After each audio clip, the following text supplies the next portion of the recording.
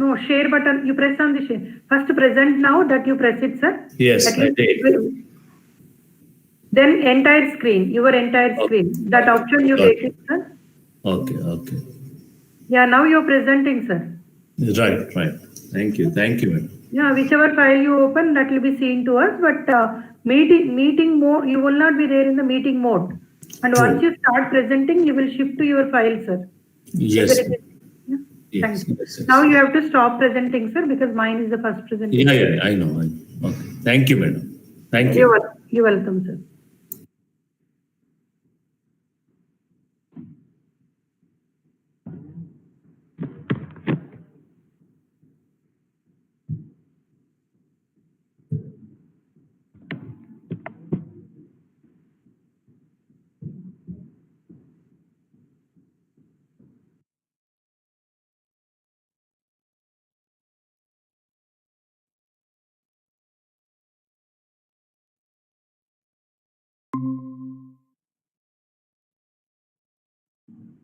Hello, madam. Good afternoon. Madam, good afternoon, madam. Good afternoon, madam. From your side, there is an echo, madam, as usual. Sandhya, madam. Madam, మీరు వినిపించడం లేదు. Madam, from your side, there is an echo. Madam. From your side, there is an echo, madam. There's an echo from your side.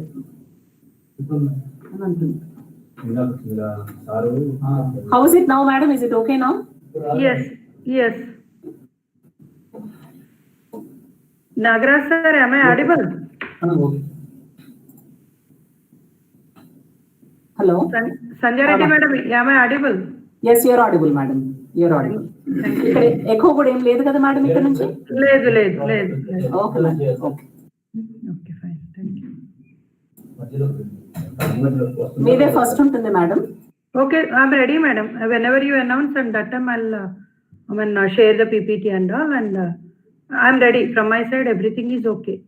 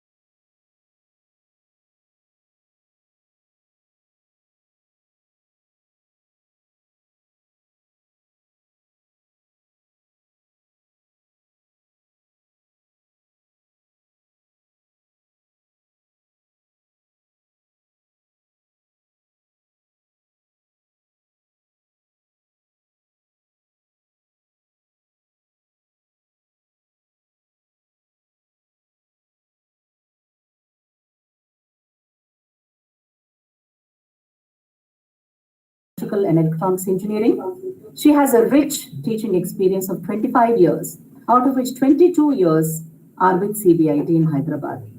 Her research interests include power electronics, facts, and applications of power electronics to renewable energy systems. She is also supervising 10 PhD scholars from Osmania University, JNTUH, and one scholar got awarded PhD degree under her guidance. She has over 30 publications in national, international journals and conferences. Reviewer for international journals and conferences too. And she has also been the chairperson, coordinator, and she has organized a number of workshops, conferences, and FDPs at the department and also the institute level. Madam has received the grant up to 10 lakhs also from AICTE under the MODROBS and FDP schemes. She is also a member of Institute of Engineers and IEEE. She has received Sir Thomas Ward Memorial Prize for her IE 2017 paper. She is a recipient of Distinguished Women in Engineering, Electrical, 2019 from Venus International Foundation and Adarsh Vidya Saraswati Rashtriya Puraskar National Award of Excellence 2020. And indeed, Madam is an inspiration for all of us and more so women in CBIT. Madam, thank you so much for being with us today. Over to Dr. Krishnaveni for her address. Thank you very much, madam, for your nice introduction. And before going into the details, let me introduce our team. And I myself am Krishnaveni. As madam said, I'm professor from electrical engineering, and I'm currently holding this position, director academics, and mainly I take care of design and development of this curriculum and implementation of the teaching learning process. And whenever it is required, the revision of the curriculum and all other aspects of teaching learning. And let me introduce the team behind this academics. The person behind this entire program that is online streaming and everything, and he is nothing but our joint director academics, Professor Swamidas. I request Swamidas sir to introduce himself, and before I begin my presentation, I request him to say a few words to the students as well as to the other guests. Thank you. Swamidas sir, over to you.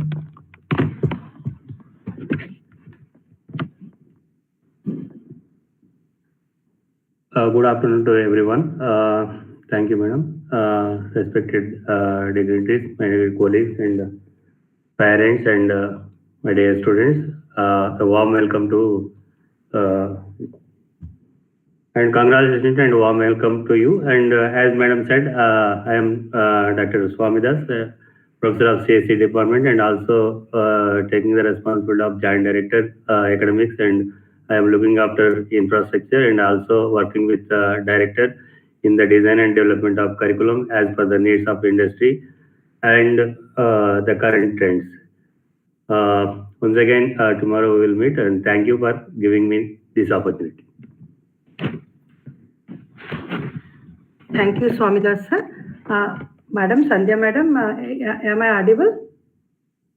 Yes, madam, you're audible, madam. Yes, once again, I welcome you all to this afternoon session and to the CBIT family. And I'm going to present you the rules and regulations of the CBIT and the structure of the curriculum R20 and other aspects of the teaching learning process and promotion rules, system of examination, and again the internship policy. These are all the aspects I'm going to cover in my 25 minutes presentation. After the 25 minutes presentation, you will have 5 minutes questionnaire session, and there might be a link for you already shared by our team, technical team, from where you can join and you can ask the questions. And first of all, let me make it very clear. Many parents and students might be having a doubt in their mind regarding the classwork. In this COVID pandemic situation, and this education sector is not an exception for this one, and school education as well as the higher education sector is badly affected. initially, but now slowly in this 6-7 months period, in this 6-7 months period, actually, we are get acquainted with all the latest technologies and digital infrastructure. We came to understand so many terms in this with related to the digital infrastructure, and we practiced actually all the online teaching learning procedures and conduction of meetings and all those things. So our team, academics team is now, that means faculty, HODs, and every department is ready. Those who are handling the first year with their preparations, and you will very soon you are going to taste all those things and you will experience it.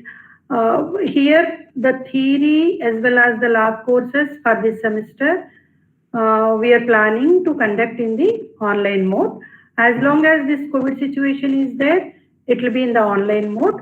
So my humble request to all the parents and students is a laptop or a desktop with good configuration and network connection with good bandwidth and quality is essential for this mode of teaching learning procedure. You are on the receiving side, though we use all the high quality transmitters. If you don't have any receiving power at your end, then it won't be a successful activity. So to make it more effective, each and every one of you must have either laptop or desktop with good internet connection.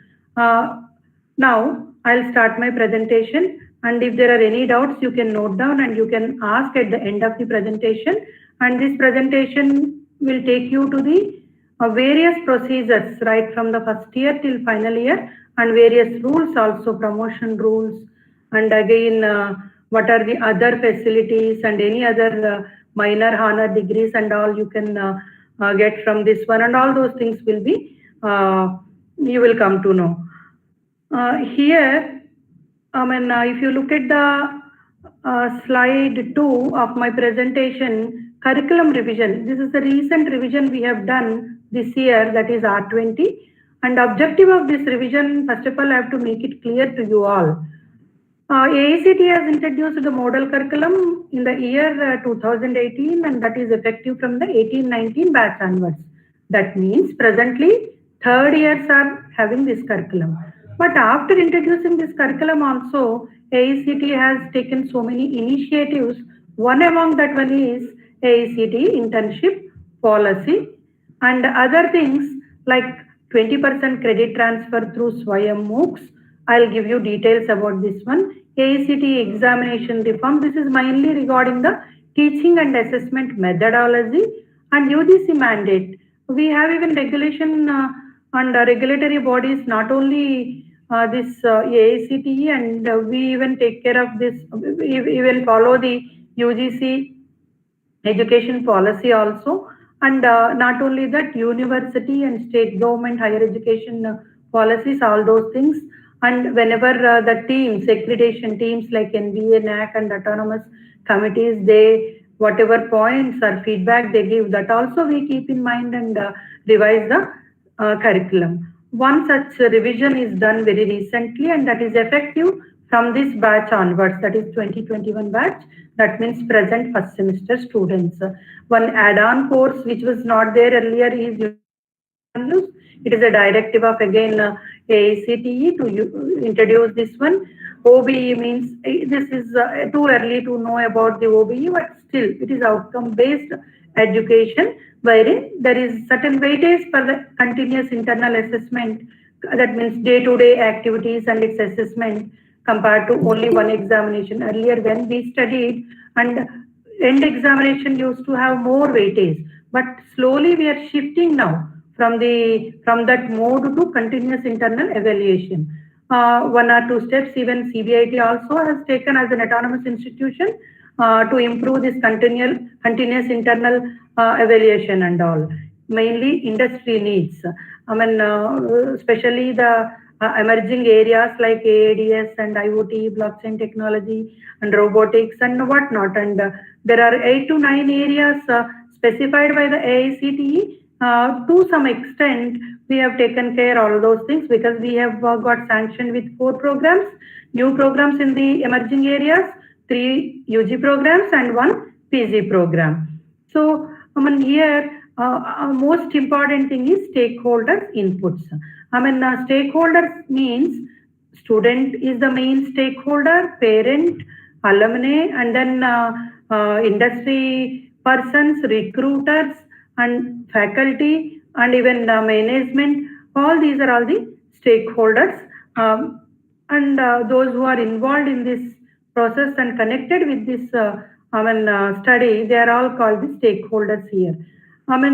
Next, while revising this curriculum in a broader sense, if you take stakeholders inputs, regulatory bodies guidelines and compliance to comply with that one, and industry need also is taken into consideration, and a curriculum is designed, and this is R20, we call it as. Why I'm stressing in this R20 is, if you go to the seniors, that is those who are in the second year and third year, and their codes and their subject codes, everything may differ, and that is called R18. From 18-19 onwards, we have started. And in this curriculum, according to this one, a student has to earn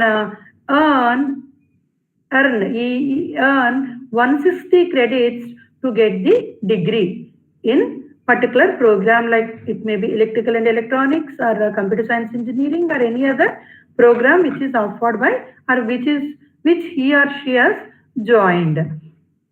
Here, only for convenience sake, we have made all the programs into 2 groups. The first group is, one group is, that is CSC, IT, and CSC with AIML, CSC with IoT and cybersecurity, including blockchain technology, and AIDS. These are all computer science and allied programs. And existing plus 3 new programs are there in this one. When it comes to the group 2, and here the existing plus new programs means, of course, we are not sanctioned with any of the new programs here, and all are existing programs only. And they are ECE, EEE, mechanical, civil, chemical, biotechnology. And here for ECE, EEE, mechanical, civil, chemical, and biotechnology, 18-19 AICT has introduced a model curriculum.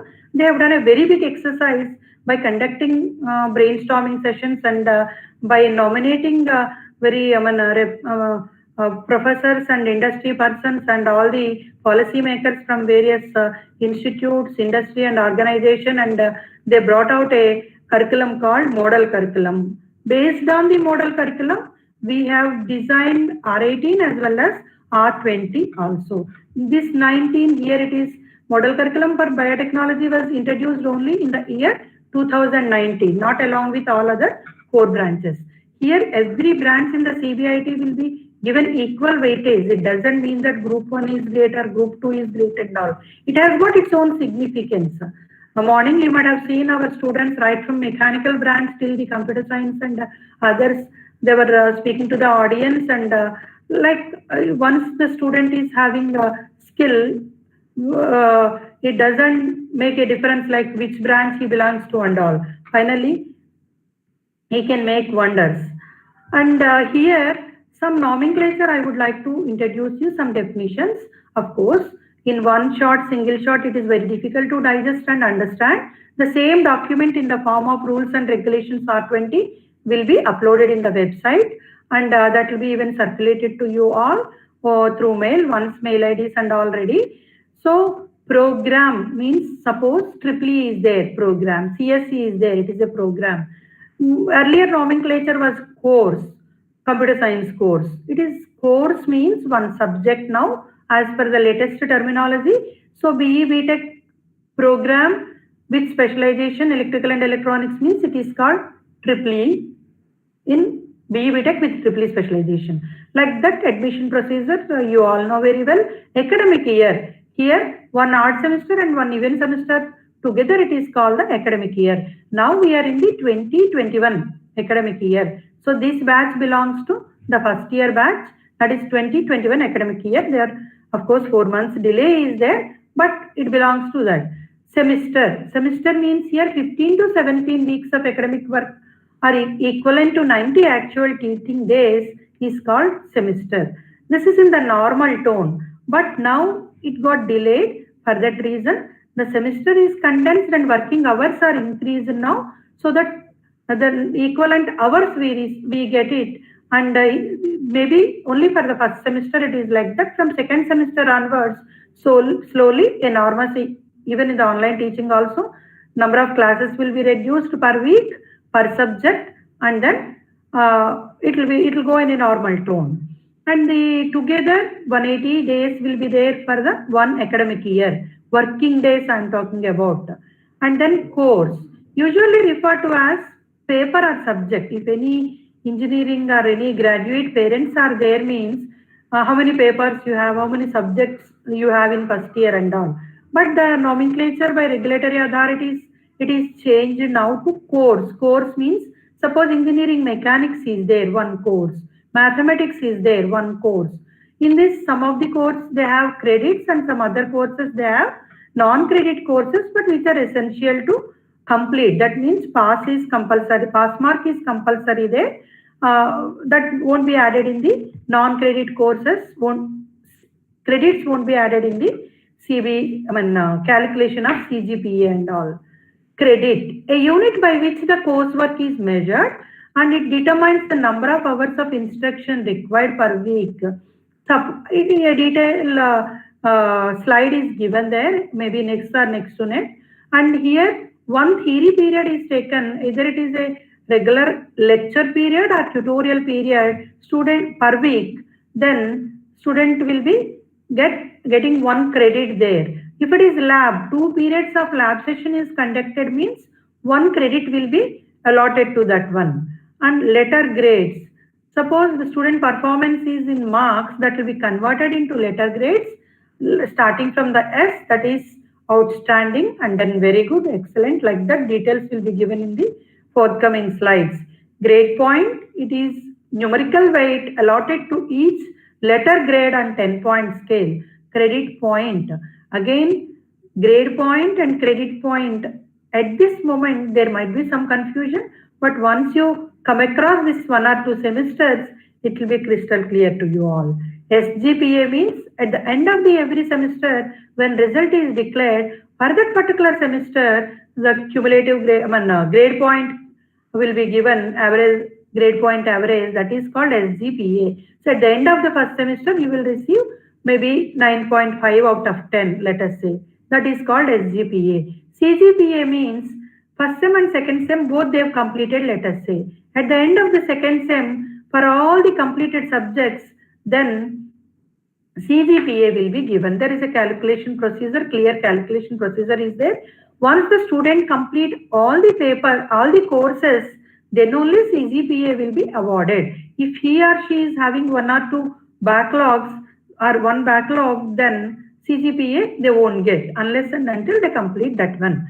Grade sheet, it is nothing but mark sheet, which is in usage is mark sheet, but the technical name for that one is grade sheet. See, this will give you a clear picture. Suppose some teacher is teaching English or mathematics or some other subject, engineering mechanics. 2 periods lecture they have taken. Tutorial means more number of teachers will come to the class, or subgroups will be made, and that each group is given to one teacher, 20 group and all. Together it will be treated as a theory only. Tutorial and lecture together it is theory. 3 theory periods per week. It is there in the timetable, means for that particular subject, 3 credits they are going to earn, and these credits will be multiplied with the whatever grade they have got, like 10 grade they have got or 9.5 grade they have got, with that one. If it is mixed, like tutorial is there and practicals are there, for the same practical, tutorial period is there, let us say, in one of the workshop or in CAD drafting or some other things, physics or chemistry. Then for practical 3 periods they have taught, means per week, the student will earn, or it is allotted 1.5 credits, and then 1, as I explained here for the theory, then 1 plus 1.5, 2.5. Now it is L, T, L means lecture, T means tutorial, P means practical, and then C means credit points here, credits, not credit points, credits. So only practical is there for that subject, let us say. No theory. Then one for every 2 periods of teaching per week, they get 1 credit. Hope it is clear. See, whenever we design the curriculum, we follow certain guidelines from the regulatory bodies, and as well as they should be universally, it is not same, but it should be nearer. Tomorrow, if this student goes to some other university or some other country, there cannot be entirely a different curriculum there. For that purpose, professional societies are there. Computer Science Society for Computer Science and Chemical Engineering Society, Civil Engineering, IEEE for ECE, and again EEE, CSE, IT. So they have already defined certain program criteria. Content of humanities should be this much percentage. Basic sciences must be this much percentage. Engineering sciences, based on their guidelines and professional society information, literature available from the professional societies, AICT and UGC also has given some guideline that this is AICT model curriculum guideline. The last column which you are seeing here, there should be humanities and social sciences. They said model curriculum, and it is only a model curriculum. Autonomous institutions and universities can make a curriculum in line with this one, not entirely different. Suppose they have given 12, if you give 40 here, that is a deviation. Here 11.5 for 12, and basic sciences, maths, physics, chemistry.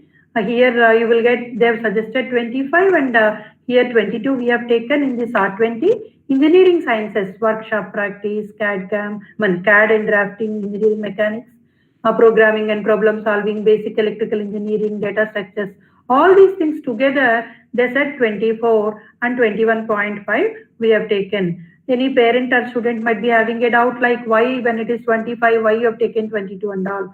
For the core, the specified one is only 48 credits. But earlier for the core, we used to have 80 plus credits up to 2018 and all. All of a sudden from 80 to 48, it is very difficult, especially in the core engineering branches.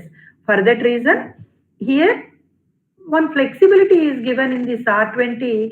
Departments can go up to 64. 48 is the prescribed one. Minimum we have taken that. And if it is computer science, they may opt more electives than the core courses. It is requirement, based on the requirement. Here, for the core engineering branches, they felt that all the experts from the core engineering branches, when we have conducted the brainstorming sessions and all, they felt that core must be more. Like that, it varies from department to department or one program to program, so that you will see when you attend the department introduction and all. And professional elective courses relevant to program.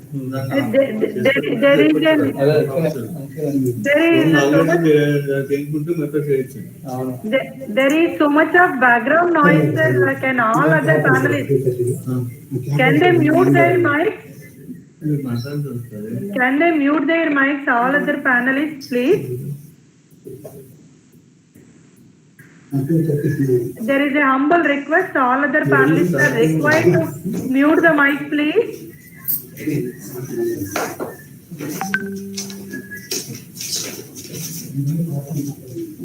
I am not able to see because I am presenting the screen here. Can technical team take care of this? Can technical team take care of this? Yes, madam. We are looking into it, madam. So much of background noise. All the participants to mute their microphone, please. Thank you.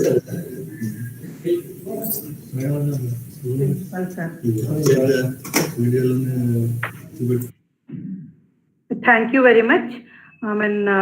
Now it goes like this. Professional electives means these are all the elective subjects again offered by the departments concerned to that specialization, and whereas open elective means it is open to all the branches, and put together here again professional and open electives must be 27 credits, and again here internship and project work and seminars, AICT prescribed one is 15, and we are very near like 14. And in R20 the student is having this facility, like he can go for more and more internships, and we made it mandatory also. This is a guideline from the AICT and as well as UGC.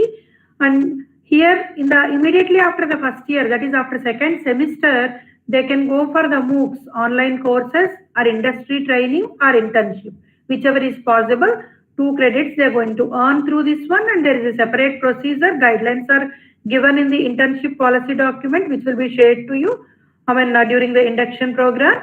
And industrial training or rural internship, 2 credits that the student is going to do after 4th semester. And if any student, because of any illness or any other emergency, if he could not complete it, then there will be certain time will be given to him, and he is going to complete it before they complete their 5th semester coursework and all. And hardcore internship, they do it in the immediately after 6th semester or during 7th semester. Then project phase 1, 2 credits. It will be like a seminar presentation and reviews will be there. Project phase 2 or semester internship. This can be done even from the industry also. Our institute is also providing projects here. And certain mandatory courses, as I mentioned earlier to you all, non-credit courses are there. And these courses, student has to compulsory get pass marks, and these CGPA won't be, these marks won't be added to the CGPA. And not only that, one more feature of this R20 is, attitude or activity points.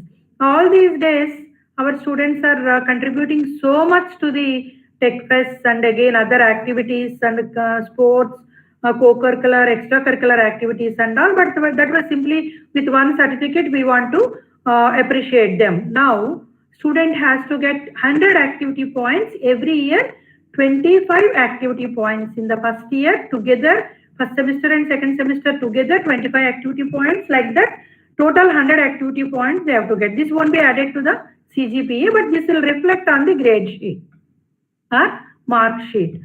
And coming to the curriculum structure, as I told you, we have made this into 2 groups. One is the computer science and allied groups, and the other one is the core engineering.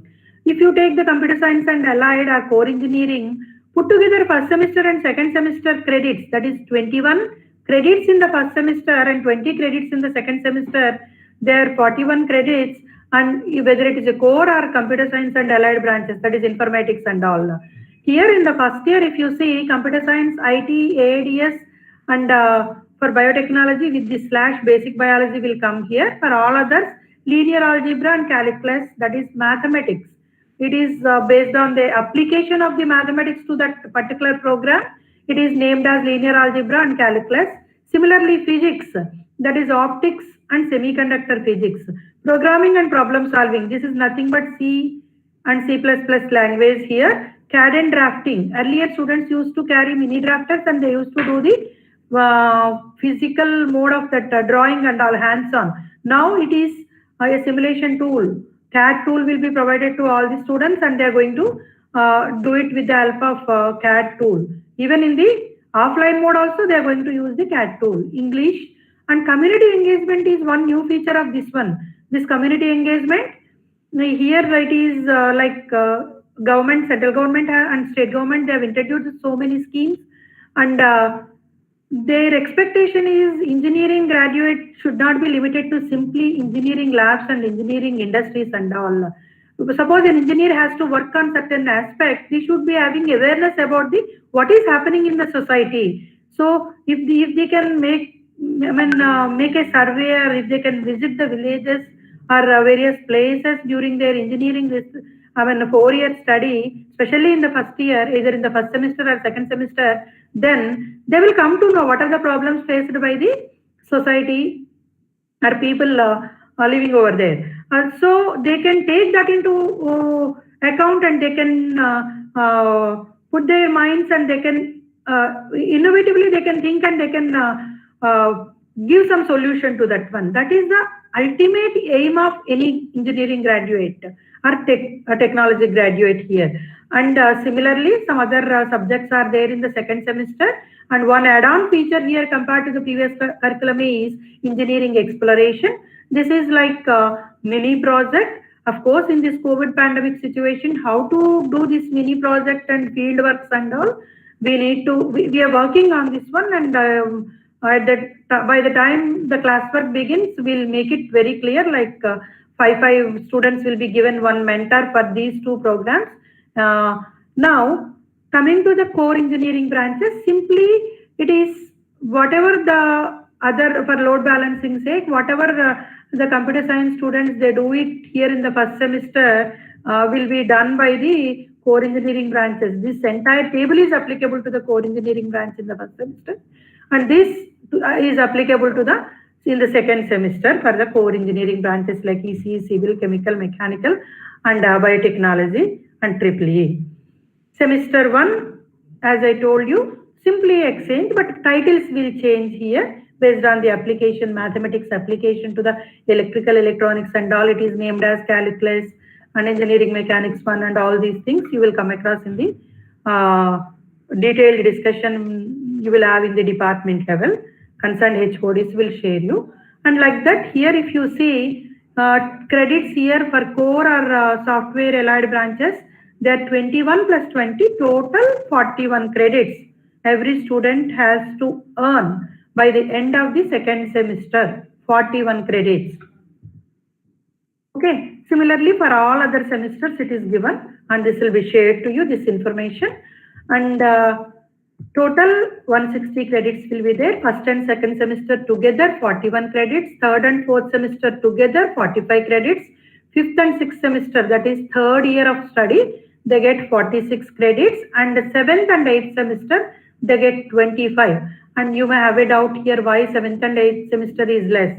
These days companies, ours is a, it is not a hype if I say that it is number one in the Telangana or Telugu speaking states, number one private institute, and many students from our institute have got offers in the seventh semester itself for 1 year internship, paid internship, and then they were even recruited directly after that internship. So in such cases, the workload is reduced, load is reduced to the student, and all the subjects they were shifted to the previous semesters, and final semester they'll have only one open elective and some seminar will be there. So with that 157 credits, and this is very essential, universal human values 2, 3 credits, put together it is 160 credits. Fine. These are all features highlighted once again here. Coming to the letter grades. In my initial slides, I think slide 2, I've given yes, A, B, C, D and all. What is that? What is the range that we have given for each of the credits, letter grades and grade points and performance? Have a look at this one. Every student must get 40 theory courses, 40% marks in that course to get pass grade. 50 to 60 average, letter grade is D, grade points are 6, like that. 90 to 100 outstanding, letter grade is S, grade points are 10. When it comes to the laboratories, it is again different. 50% they should get. Suppose a laboratory is evaluated together, internal and external, that means midterm examination, slip test, assignments, all those things plus final examination. Together, if it is evaluated for 100 marks, then 50% of the marks should be secured by the students to get the pass grade in the laboratory. When it comes to the theory courses, it is only 40% put together, CIE and SEE, continuous internal evaluation or assessment, and then final end semester examination. For theory and lab courses, a detailed table is given here. 3 credit course or 4 credit course or 2.5 credit course or 2 credit course, whatever it might be. If it is having internal and external both the assessment procedures, then end examination will be 3 hours, and theory course, here it is 40, 60, 40 marks internal marks and 60 marks external marks. 2.5 credits. Again, suppose if it is this one, CAD and drafting, only one such course is there. Only internal evaluation will be there. For this, no external examination here. And workshop also, mechanical workshop practice is there. For that, 100 CIE points will be there, no external examination. Like that, if any other course which is having only internal and no external but only 1 credit, then 50 marks. Seminars during the final year, mini projects during the third year or second year based on the department decision, they'll have 50% of 50 marks evaluation, no external examination. For that reason, no external timing is given if it is project, viva. Non-credit course like environmental science, Indian constitution and essence of Indian traditional knowledge and all these things evaluated only through external examination, a semester end examination, SEE means semester end examination. No mid examination for this, no CIE for this. In such cases, pass or fail, that is the grade they are going to get it, and it is not added, as I mentioned earlier, to the CGPA, it won't be added. Now, CGPA and SGPA calculations, they are clearly given in the syllabus book, rules book. It can be viewed by all the parents and students. Here, semester end examination question paper, if you take 60 marks, I said 40, 60. That 40 marks, mid examinations will be there. I am going to explain that. Assignments will be there, attendance will be considered and all. When it comes to the external examination or final examination, semester end examination, 5 questions in part A will be there, 3 marks each, that is 15 marks. And in part B, 45 marks, 9 questions, 9 marks each, 5 questions, 1 from each unit. Our curriculum or our syllabus, every course syllabus is designed in such a way that it has 5 units. From each unit, 9 marks question the student get. Internal choice will be there. If you take first unit, either or, 2 questions will be given. Either one the student has to write. Of course, all these things you will come to know once you are in practice. Again, questions in part A and part B may have subdivisions like AB bits may be there in that one. Minimum pass marks for theory, I have mentioned already 40%. And SEE, lab course, it is 50%. For non-credit course, pass mark is 40, but grade is pass or fail. Student has to secure minimum 50% of marks if it is only CIE. That was all explained in this table. That means seminar or mini project. If you take, then 50% marks will be there. So slowly we are moving on to this. This is continuous internal assessment, course and project, open-ended problem. This is teacher's choice here, which method they are going to follow. And here mid-examination is called class test. 2 class tests will be there, 2 mid-examination after in normal offline mode, after 7 weeks, 8th week or 9th week, you will have 1 mid-exam. At the end of the semester, second mid-exam. Every mid-exam will be conducted for 20 marks. Average will be taken. Both the mid-exams average will be taken. And again, course and projects. All these things, again, department level, they will discuss. And attendance also is given weightage in this R20. BE BTech program. If a student take admission for this BE BTech programs of any of the specializations, he is supposed to complete it in 8 semesters. But there is a grace period. By any chance he has got a job or health problems, up to 12 semesters, the grace period is given. Each semester shall normally consist of 90 days. I already told you. Credit requirement for award of the BE BTech degree is 160. Major I have mentioned here.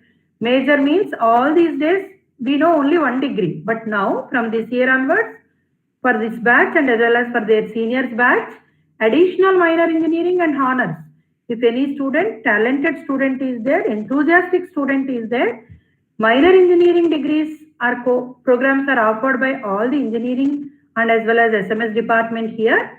And student can get extra credits, 20 credits by doing online courses through NPTEL and all, and additional minor engineering degree will be given. Honors. In the same specialization, a student has taken admission in ECE. He has completed 160 credits, but he is enthusiastic to complete and do more courses through online.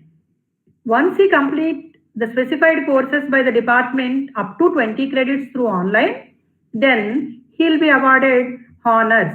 But when students are not eligible to opt for both honors and minor, either honor or minor, only one they are eligible. All these details will be shared to you in due course of time.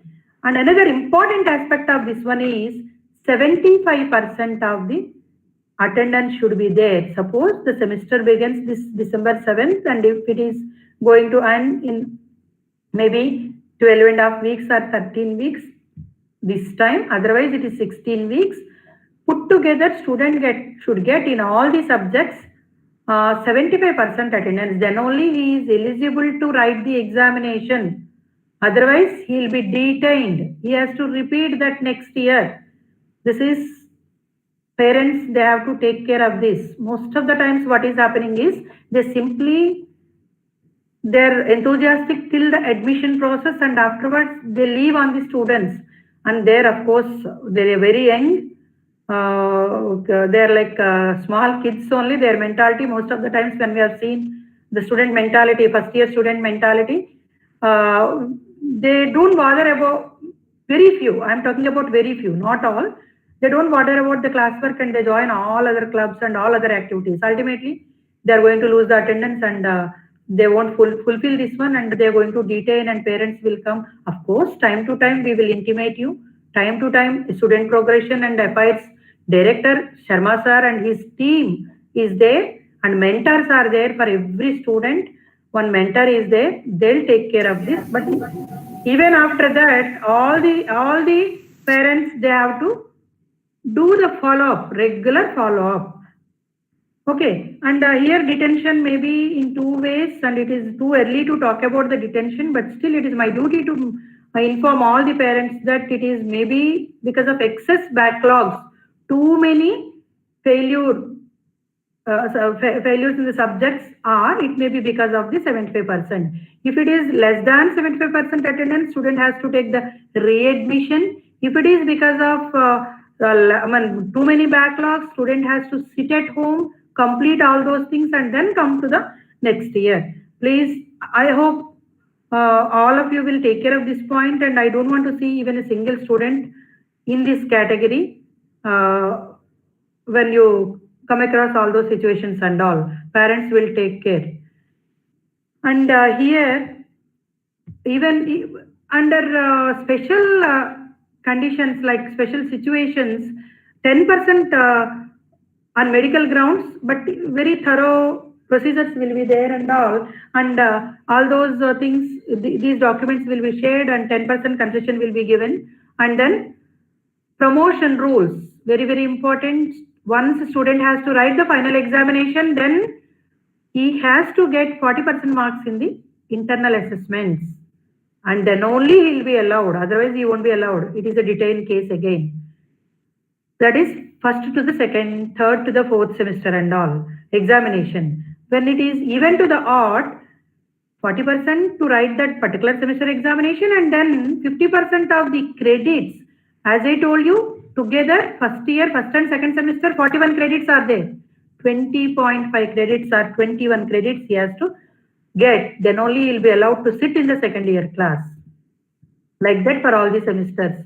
Reappearing, as I told you, he has to take readmission, or he has to sit at home and then take the readmission. Hope there won't be any such cases in future.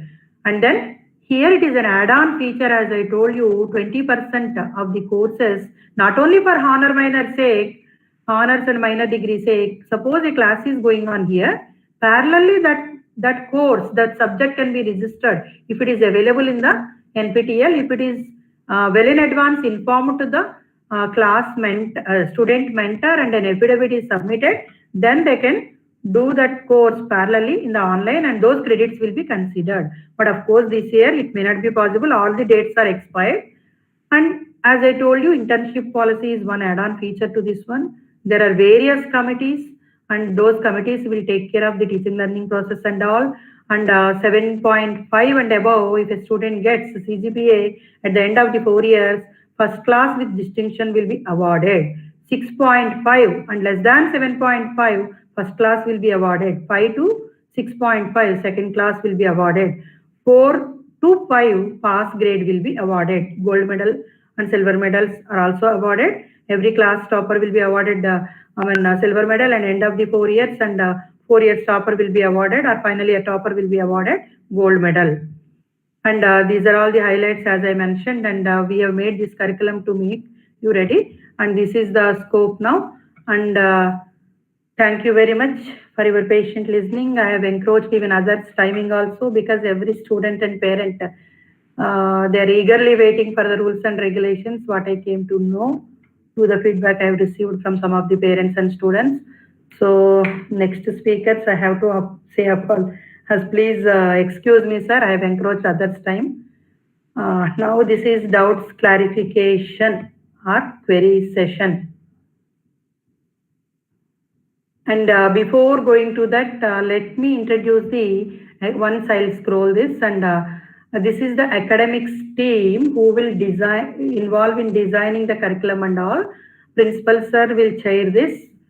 Dr. G.P. Saradi Verma sir, and all the heads of the departments are Board of Studies chairman here in our institution for their respective boards, department Board of Studies, and then four teaching faculty will be there. Senior Professor from Civil, Koti Reddy sir, and Swamidas sir, who was introduced just now, and Supraja Reddy madam from the ECE, and Vasanta Gauri madam, and not only internals, external persons involved in this are Y. Srinivas Rao sir from DRDO. While framing this curriculum, all these personalities, great personalities are involved, and then once we receive approval from them, then only we are presenting it to you. Professor N. Venkat Reddy garu from IIT Hyderabad, and Sri Kuncham Jagdish garu from Capgemini, and Jaypal Reddy garu Apollo Computing Laboratories, and three nominees from the Usmania, our affiliating university. Finally, the student will receive the degree from the Usmania. All other procedures at the CBIT will take care.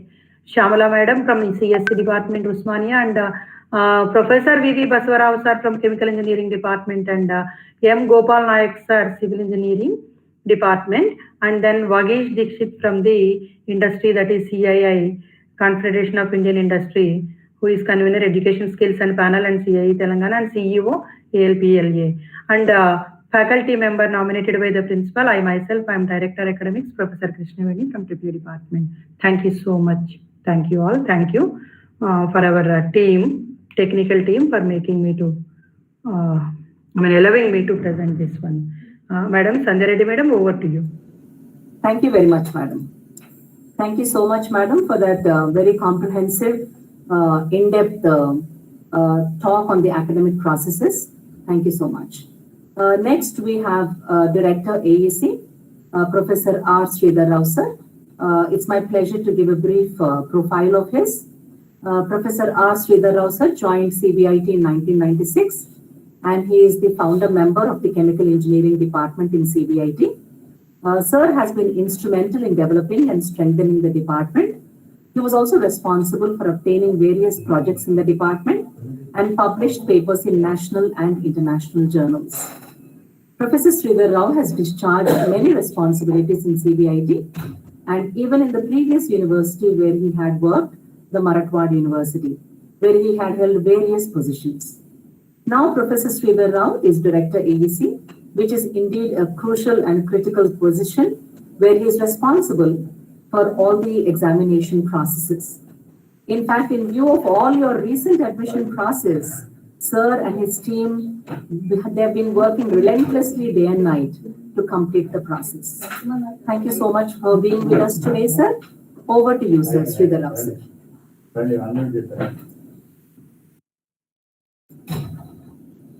Sir, you're not audible, sir. Please check your audibility.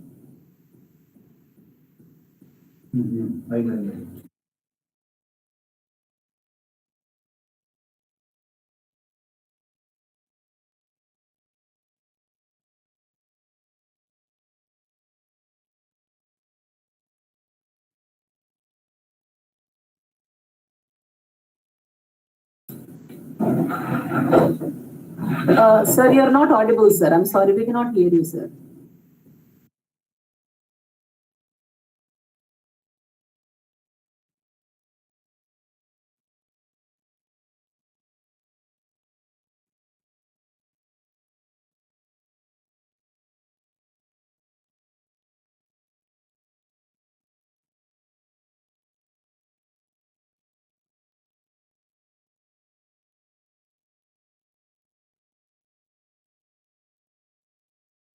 Technical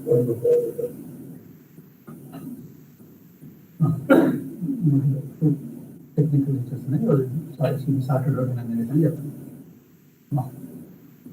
There's just a small technical glitch which will be sorted out in no time at all. Please bear with us.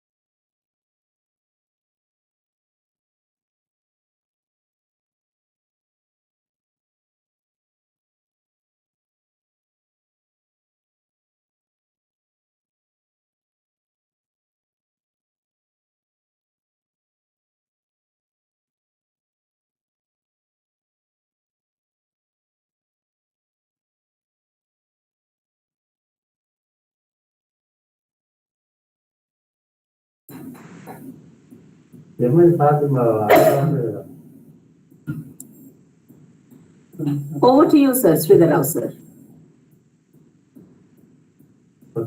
Sir, kindly unmute your microphone, sir. Yes, sir. Is it audible? Yes, sir. It is audible now, sir. Please continue, sir. Respected parents and the students who have joined our institute, Chaitanya Bharat Institute of Technology, a very, very heartfelt congratulations for joining this prestigious institute. I am Professor R. Sridhar Rao, Director AEC and COE.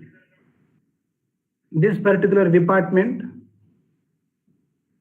takes care of all the academic needs of the students right from their admission till their exit, that is taking of their TC. So we will be serving you with our core department consisting of 4 efficient co-in-charges and 1 control of examination. We will be executing all the activities that is mentioned in the almanac, right from the day 1 where the classes will start. After your admission is ratified from the convener, we will be allocating you the roll number. Till that time, you will be given an identity called as the admission number. After the ratification is over, the ID cards will be issued to the respective students of various sections. We are having different counters to cater to the needs of the students.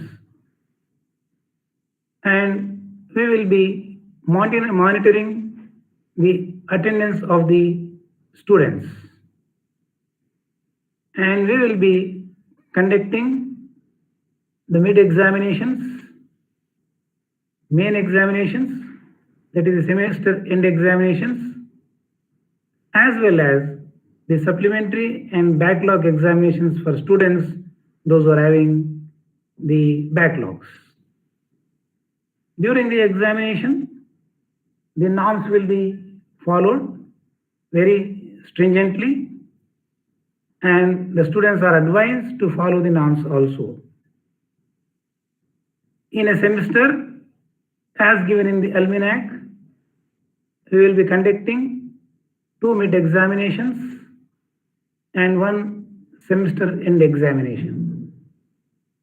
Already the Director Academics has elaborately enlightened you regarding these marks allotted for the mid examination and the main examination.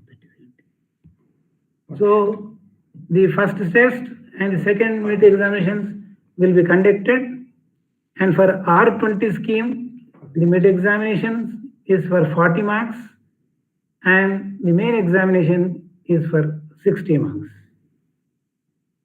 While announcing the results, the cumulative of these two streams will be taken and the results will be declared. Therefore, it is very important for the students to concentrate and fare well in the mid examinations. If you are not doing good in the mid examination, then it will be a very heavy burden for you to clear the subject by scoring more marks in the semester end examination, which is very difficult. Therefore, right from day one, I request all the students to concentrate and see that the consistent efforts are kept in order to achieve your goals and to fulfill the aims of your parents. Whenever you are applying for a scholarship, you need a bona fide certificate. So that is also issued from the academic and examination cell. After the completing the due formalities, the necessary certificates will be issued to you, right? Including the course completion certificate, or if there are any spelling mistakes are there in your certificates, that will be also taken care of by this particular department, that is AEC and COE. After completing the examination, the evaluation will be done by the control of examination. From there, you will be getting the results. So in order to take care of any requirement for you, either with respect to the certificates or with respect to the necessary documents required for applying to scholarships. There are various scholarships for which you can apply. For that, you need some of the documents which will be given by the AEC office. Even in the final year, when you complete all the required curriculum requirements, you need the course completion certificate. That is also taken care of by the AEC department. If you are planning to go abroad, then the transcripts will be provided to you. So at any point of time, if you are having any clarifications, you are most welcome. Most of the academic details has been enlightened by the Director Academics. Hope you have gone through it. However, a soft copy or a hard copy, whenever you are in need of that, we can provide that. So right from day one, it is a humble request to concentrate and prepare consistently to see that your goals are achieved. After the ratification from the convener, right, as I already told you, we will be issuing a roll number to you and an identity card also to you. And once the classes are supposed to be started through online mode, then you will be given a mail ID and a password. That mail ID and password, you have to keep it safely and you should not forget it, such that you can log into the online classes. So the entire team of AEC, consisting of 4 senior most faculty who are acting as co-in-charges, and the staff, non-teaching staff, they are at your disposal to address your needs. And during the semester examination, if you indulge in any malpractices, that will be dealt very strictly. Suppose if in a given hall ticket, you are having 5 subjects. If you involve in any one of the subject involving the malpractice, then all the subjects will be cancelled and you have to write all the subjects again in the next semester. Due to this, there is every possibility that you may be getting detained. So take care of all such things. Don't involve in such activities, because once you caught in a malpractice, right, then all the subjects of that semester will be cancelled, and that will be carried out for the next semester, which will be a very heavy burden for you. And already you know that there are mid-examinations and semester examinations. If you fare well in the mid-examination, the burden for you will be less in the semester examination. And after completing the entire curriculum, fulfilling the required credits, right, we declare that you have completed the course as per the norms. And then we will be in a position to provide you the transfer certificate, right, and the other necessary documents required from you. This is what I exactly want to tell you in brief, right? So wishing you all the best once again for having joined this prestigious institute, and congratulations to parents and to you. Thank you very much for the organizers for giving me this opportunity. Thank you very much. Over to Sanjay Reddy. Thank you very much, sir, for enlightening our students, in fact, on the structure of examinations. Thank you, sir. Now we have Director of Student Affairs and Progression, Professor P. Srinivasa Sharma. Professor Sharma is basically a passionate teacher and an ardent lover of the teaching profession. He has over 36 years of experience in technical education, with a stay of about 3.5 decades in CBIT alone. He is known to be student-friendly and at the same time a great motivator and inspirer of students towards leading a happy and meaningful life for themselves and a useful life for the society. There is an empathetic counsel in him, both for the students and his colleagues as well. Besides his rich academic experience, he is also an all-rounder with considerable talent and touch in cultural, literary, and sports and games. Sir holds a diploma in value education and spirituality, a blend of all the needed contents for the students. We're indeed fortunate to work with him. And in fact, all of his students are really extremely fortunate that we will be in touch with Sir at some juncture or the other. Sir has been a great source of motivation for all of us and a guiding light for the colleagues and even for the students. It's our privilege to have been associated with Sir. Sir, over to you, Sir Sharma, sir. Thank you, Dr. Sandhya. You have always been a bridge between students and us, the authorities of the college. And thank you so much for that. I have a presentation to make. Shall I say entire screen? No.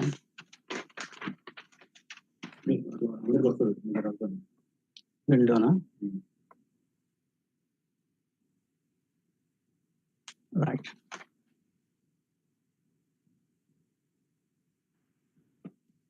Right. It's my pleasure to have another session to you, and I have all the more pleasure in introducing my Deputy Dr. K. Jagannath Rao Garu with you. I hope you're able to see him.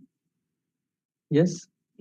Yes, sir. Yes. Yeah, yes. Yeah, Dr. Jagannath Rao is the Joint Director of Student Affairs and Progression, and he is assisting me in all the activities. He is the former head of civil engineering and also a professor of civil engineering. And thank you, Dr. Jagannath Rao. You would like to say something before I begin? Thank you, Samagaran. Yeah. Respected dignitaries on the board and fresh students and parents of the students, proud parents of the students. A warm welcome to CBIT. Good afternoon to all of you. And I'm Dr. Jagannath Rao, Joint Director, Student Affairs and Progression. We have a session tomorrow afternoon on the clubs and other activities. As rightly mentioned, Professor Sharma, I'll be assisting in the activities of student affairs and the progression and performance of the students. Right. So tomorrow I'll meet all of you. Thank you. Thank you, sir. Thank you, Dr. Jagan. Yeah, welcome back to the session. You had a lengthy but very important sessions from Dr. Krishnaveni, Director Academics, and Dr. Sridhar Rao, Director AEC, Academic and Examination Cell. So without further delay, let us plunge into the details here. These are the contents I am going to cover. The vision, mission, and quality policy of CBIT.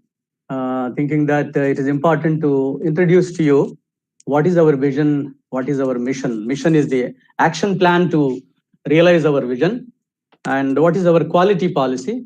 Then the facilities and opportunities that are available at CBIT for the students, and the co-curricular activities, extracurricular activities, and some special events that take place in CBIT.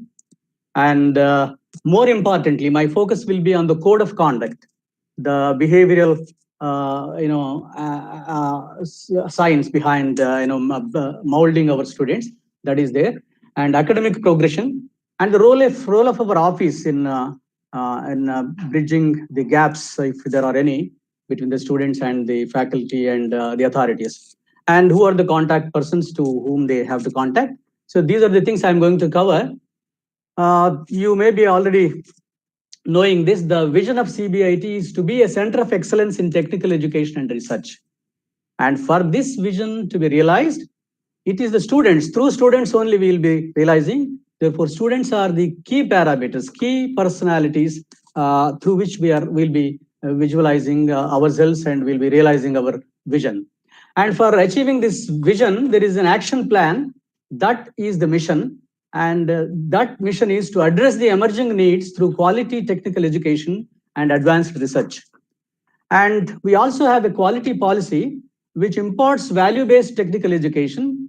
You must underline that word, value-based technical education and training, to meet the requirements of students, industry, trade, profession, research and development organizations for self-sustenance. So with this, let us have an introduction about the CBIT campus layout. It's unfortunate that we are into the COVID pandemic situation. Therefore, some of you must have visited the campus, but it's a very serene environment that is created here in the sylvan surroundings of Gandipet Lake. You must essentially visit this campus. Life is there in this campus. I don't know how our Dr. Malkonda Reddy Garu and his team have visualized that. It's a wonderful campus that you all must witness. All the parents and students also must witness on the right occasion. And we are all looking forward to have you all here on the campus. To begin with, of course, this semester it may be online, but the campus layout is very structured. We have some blocks like we have A to N blocks. Somehow I is opted out. I looks like L or 1. There is some confusion. Therefore, we have A to N blocks in which A, B, C, D, E are connected, and that forms the main building. In A and B, civil engineering activity will go on. In the C block, that is the central block, ground floor is given to administration and upper floors CSE department will be there. D and E blocks, mechanical engineering department is there. F block, these are parallel blocks again. F block, civil engineering labs are there, and G block, mechanical workshops are there. H block, basic sciences labs are there. J block, mechanical and electrical labs are there, along with an open air auditorium wherein most of the cultural and literary activities will be going on. K block, the chemical, physics, mathematics, and English departments are housed. Along with it, the first year class work also takes place there. And in M block, the new department, the biotechnology department is there. Along with it, first year class work also takes place. And in the N block, electronics and communication engineering, there are several sections. The entire block is given to them. We have a PG block. Actually, earlier postgraduate classes were conducted. Now it is SMS, the School of Management Sciences, and MCA departments are there. We have a separate block for library and information center, a very well-established library, as was introduced to you in the morning by Dr. Srikanth Reddy, the librarian. And we have an exclusive sports block also, which is headed by Dr. G. Shyammohan Reddy, the physical education director, who also has introduced his activities. And there is an R&D, research and entrepreneurship block is there. Earlier we used to call that as R&D block. Now it is R&E block. Now, in addition to that, we have a student activity block in the ground floor of which there is a canteen, very huge canteen. Of course, now it is shut. during this COVID. And in the first floor, we have assembly hall plus student clubs are there. And we have placement cell also in that block. When you visit the campus, of course, you will be well versed within no time, all of you. And institute's infrastructure and ambience, it's not new, but I must introduce as customary. See, our main objective, very singular objective, I can say, is the students' progression, student affairs. And being that as the main motto, the institute has established excellent infrastructure, such as the state-of-the-art laboratories, spacious library with printed and digital collection of books and journals. We have a sports block, hostel, and other infrastructure for extra and co-curricular engagements, with a total built-up area of about 57,714 square meters in the serene ambience of 50 acres to inspire, encourage, and pursue academics. In its relentless strive for academic excellence, CBIT has scaled great heights both nationally and internationally in industry and global universities. We have a CBIT library, as was introduced in the morning, but let me tell you again, we have over 18,500 square feet of space over 2 floors. Ground floor accommodates book circulation section, back volumes of periodical and reprography, photocopy sections, newspapers. The first floor accommodates reference books, current periodicals, e-learning resource centers, digital library, discussion rooms with a seating capacity of about 350. We have over 1 lakh of volumes of books and then 5,000 plus of online e-journals, 140 plus print journals and magazines, automated library housekeeping operations. It is the first library under AICTE modernization and networking of library and information center project. E-learning resource center it is with sophisticated systems. Dr. Srikanth Reddy is working hard, striving hard to improve that day by day. We have a sports and games block with all sophisticated facilities headed by Dr. G. Shyam Mohan Reddy, as I told. We have excellent indoor and outdoor facilities, an exclusive block with state-of-the-art indoor facilities. We have cricket grounds, basketball grounds, badminton grounds, football and volleyball grounds, and many more facilities. And our management is looking forward to sanction huge funds, in developing our own sophisticated grounds, which are of A class, so that the students can play on par with any other league matches also can be played here. To that tune, we are trying to prepare our grounds. Many on-campus events are taking place. They are inter-college or intra-college. Outside the campus also are happening. Even interdepartmental events are happening to promote healthy competition and identify excellence. Physical exercise camps and yoga camps are also taking place in the sports and games department. And there is a Fit India program promoted by AICTE that is also taking place under this sports activities. We have several student clubs, which again will be exclusively dealt in tomorrow's afternoon session. Just to outline them, we have basically broadly 2 categories: co-curricular activities and extracurricular activities. Under co-curricular activities, we have Civil Engineering Association for Civil Engineering Department, Mechanical Engineering Association for Mechanical Engineering Department. Added to that, we have Robotics and Innovation Club, and we have SAE also, and Mechanical Engineering Club. COSC, the CBIT Open Source Community Club is there for Computer Science and Engineering. IEEE chapters are there both in electrical and electronics, and also Electronics and Communication Engineering. And Makers of India Club is also there. All these and many others clubs also are there. All these are to promote co-curricular activities among the students. And under extracurricular activities, which again will be dealt by Dr. Jagannath Rao tomorrow, we have several wings, 4 wings we have, A, B, C, D. A is Chaitanya Samskruti. It is very recently, that means a couple of years back, it was the, very thoughtful approach by Sandhya Madam, Srimati Sandhya, daughter of Dr. Malkonda Reddy Garu, who is herself, very talented in cultural activities.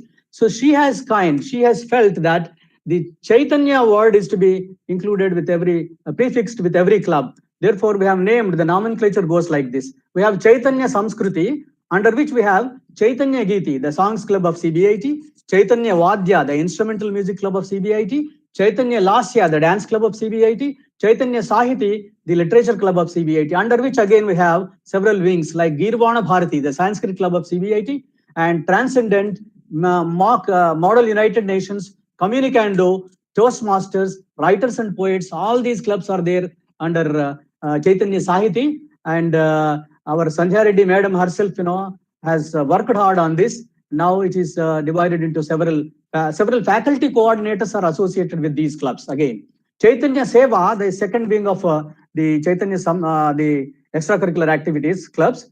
That Chaitanya Seva again has wings like NSS, Street Cause, Engineers Without Borders. These are all clubs which make the students participate in social service activities.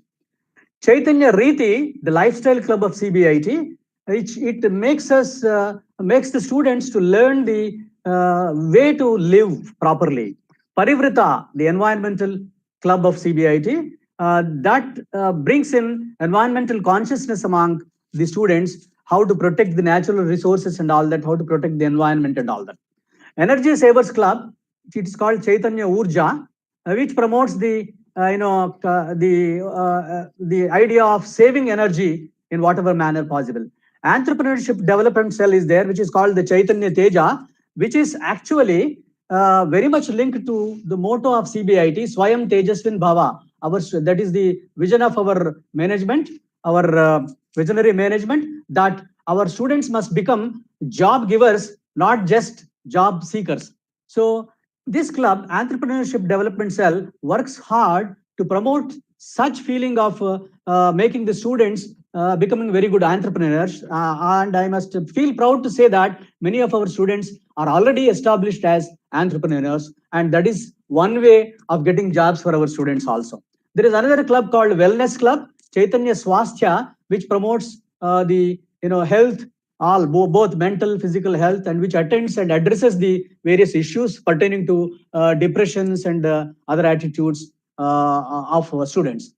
In addition to that, as I already mentioned, Chaitanya Krida, the sports club of CBIT, is there, which looks into the sports and games activities.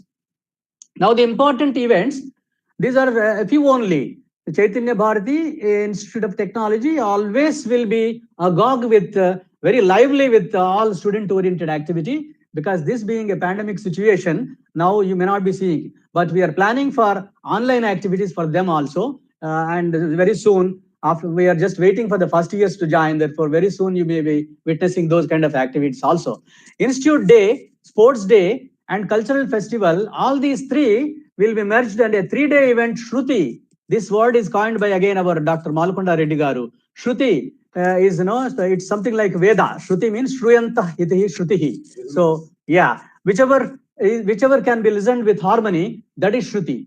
And we have a technical festival, which that means all these extracurricular activities will be culminating on this mega event called Shruti. Similarly, all these co-curricular activities will be culminating on this mega event called Sudhi. Sudhi means good intellect. Again, this word is also coined by our Malkonda Reddy Garu. Good intellect, which is linked with co-curricular activities. So very normally, this Shruti will be held in second semester and Sudhi will be held in first semester. But this being a special situation, we are planning to club Sudhi and Shruti. Probably all these two may happen in a week combinedly. Now we have a research day, which is celebrated on the birthday of Dr. V. Malkonda Reddy Garu, president of CBIT, on 23rd August every year. So he is a visionary, as I told you. Earlier, CBIT was an institute with excellence in teaching profession. But now he is seeing and molding this institute into a center of research excellence. Now, coming to the very important aspect of why I am here is to introduce to you the context of code of conduct. There is a code of conduct. That is how we are molding our students. Our students, as you have seen in the morning, our students, how they have behaved, how they have presented. Our Kaustubh, Shishira and others, the team of students, how they have presented. They are all-rounders. Let me tell you, all the parents and students, please note this point. You will see your wards, your sons and daughters with excellence. And excellence need not be in one direction. It's an all-round display that they are going to make at the end of these 4 years and during these 4 years also. Inherent in the vision and mission statements of the institute is the objective of making the students responsible and civic-minded citizens who contribute positively to the society. So with that vision, a code of conduct is formulated, and as a part of its efforts towards realizing this objective, the institute has come out with this code of ethics, conduct and discipline, hereinafter called code of conduct, which is there in the website. All of you are, all the parents and students, please go through the code of conduct, and at the end of this code of conduct, there is a statement given, and all the students are expected to sign that statement, duly signed by their parents, and give back to the Director of Student Affairs after they go through that.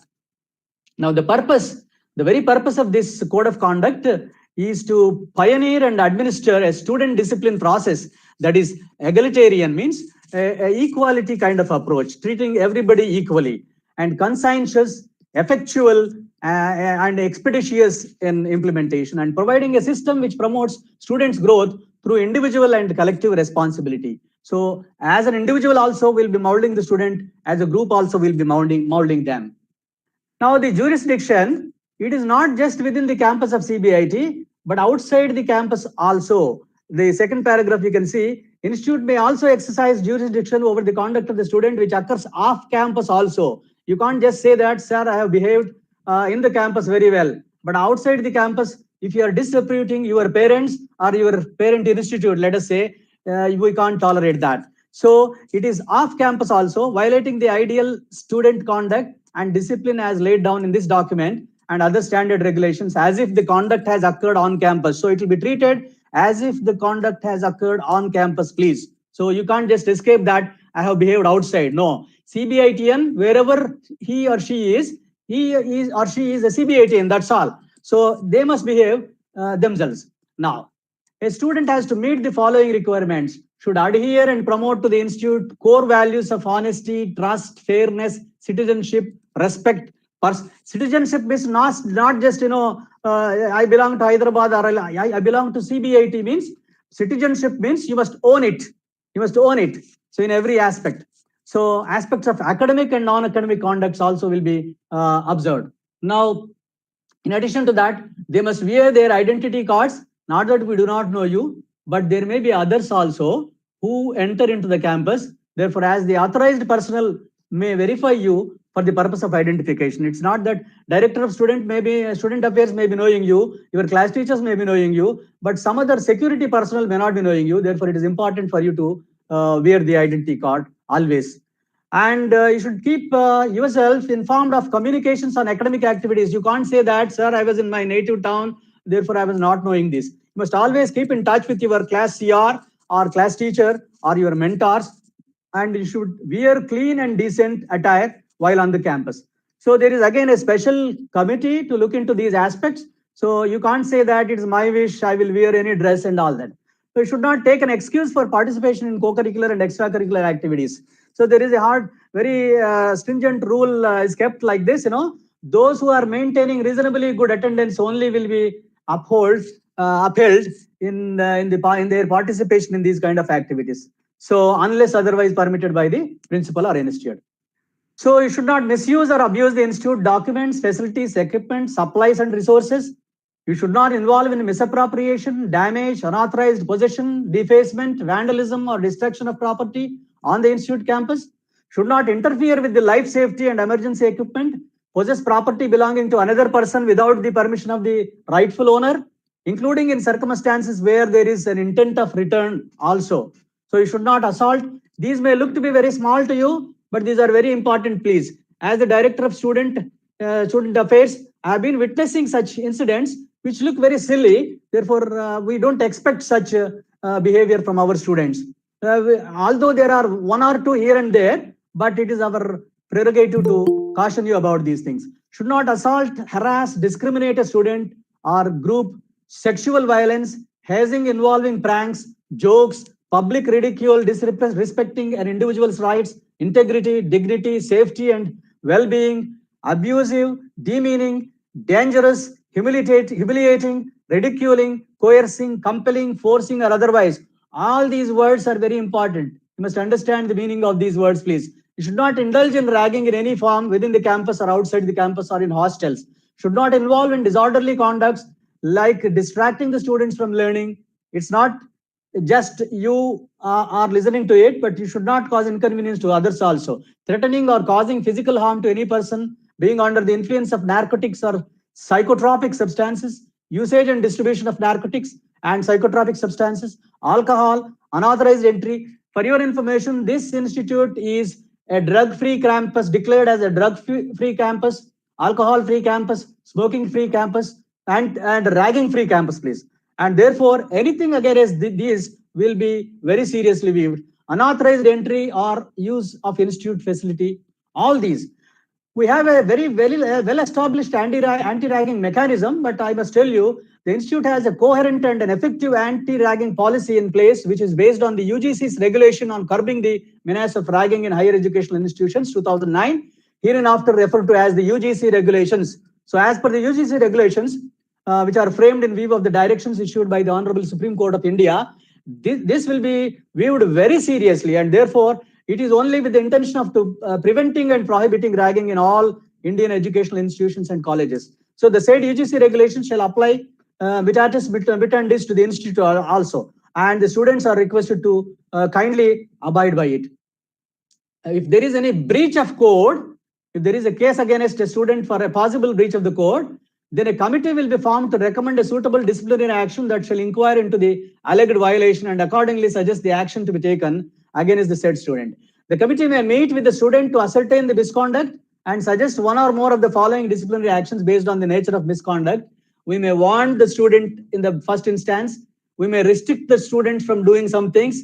We may advocate or advise the students to render some community service as a punishment, or we may impose some monetary penalty, or we may suspend, or we may expel the student also. It may go to that extent also. So, but at the same time, we can give you opportunity to appeal if the delinquent student is aggrieved by the imposition of any of the mentioned penalties. He or she may appeal to the principal through proper channel, and the institute may decide on one of the following: either accept the recommendation of the committee and impose the punishment as suggested by the committee, or modify and impose any of the punishments as stipulated in this code, which is commensurate with the gravity of the proved misconduct, or refer the case back to the committee for reconsideration if the student appeals. In any case, the principal's decision is final and binding in all the cases where there is a possible misconduct by the student.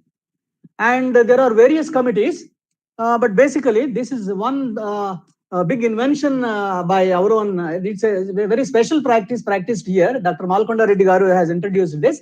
The student union is not by election, it is by nomination. All the meritorious students, whoever come first in the first year, second year, third year, and like that, they will become only the student executive members. Like that, they will become only the class representative. Nobody else can become the executive member. So it's a one way, you are promoting, you are inviting competition. You may say that one student may be good at academics, but our wish is that those who are good at academics must also be good at other things. So that's what. So we are trying to mold the students in all aspects, including administration. They are included, they are involved actively in governing bodies resolutions also at times. In syllabus framing also we take their suggestions. So students are given the authority, and at times they are given due weightage for their opinions, and without their opinions will not be doing anything. So but there is a union, students union, through which the students can represent their opinions.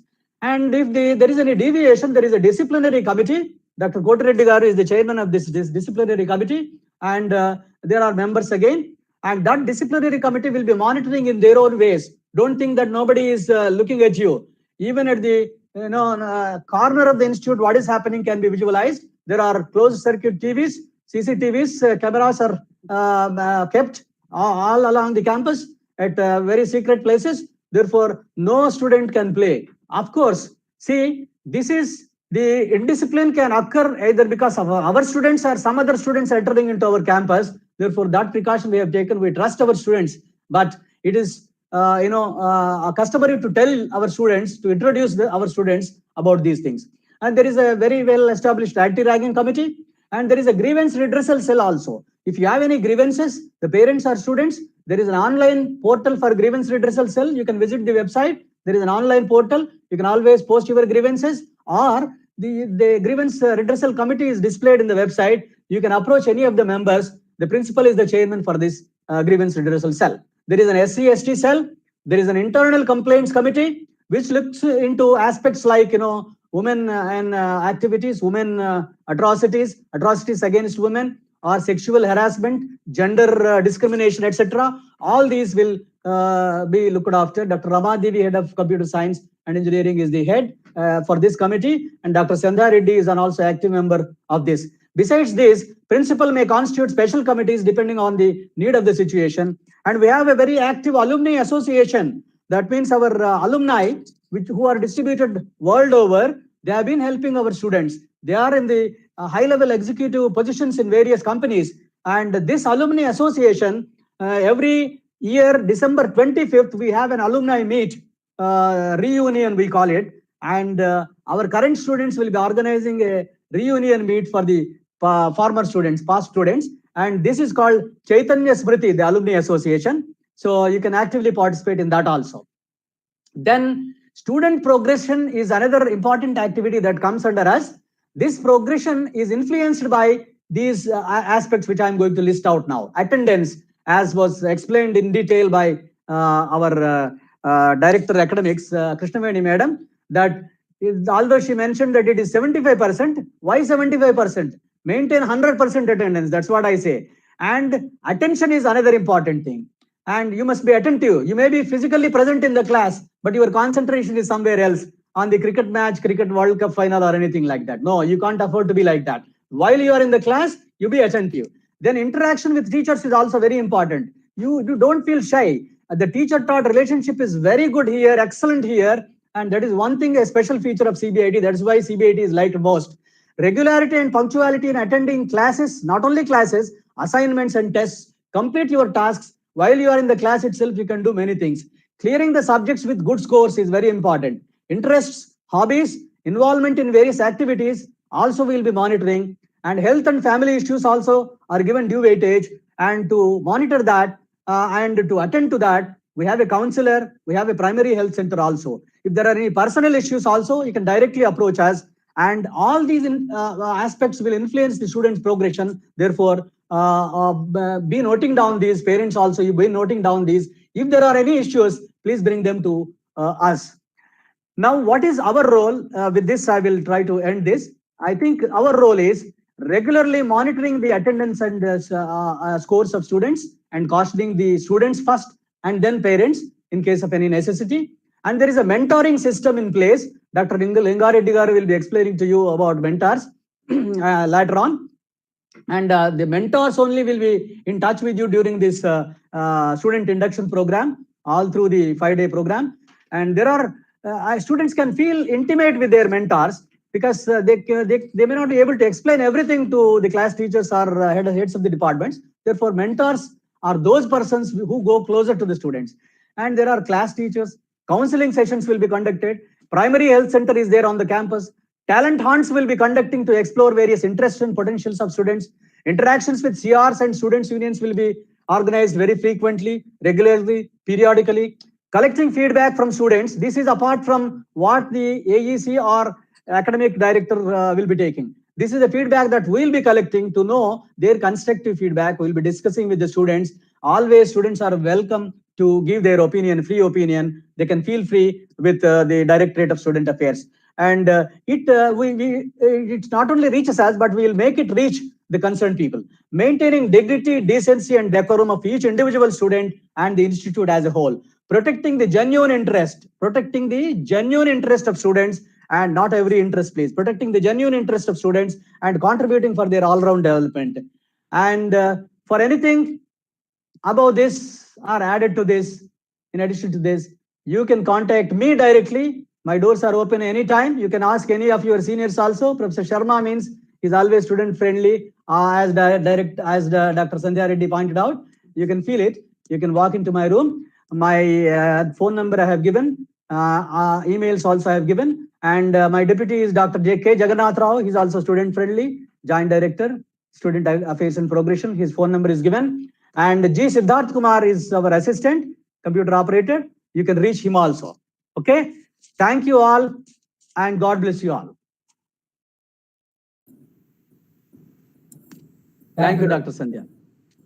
Sir, thank you very much, sir, for that very passionate talk, sir. It was wonderful.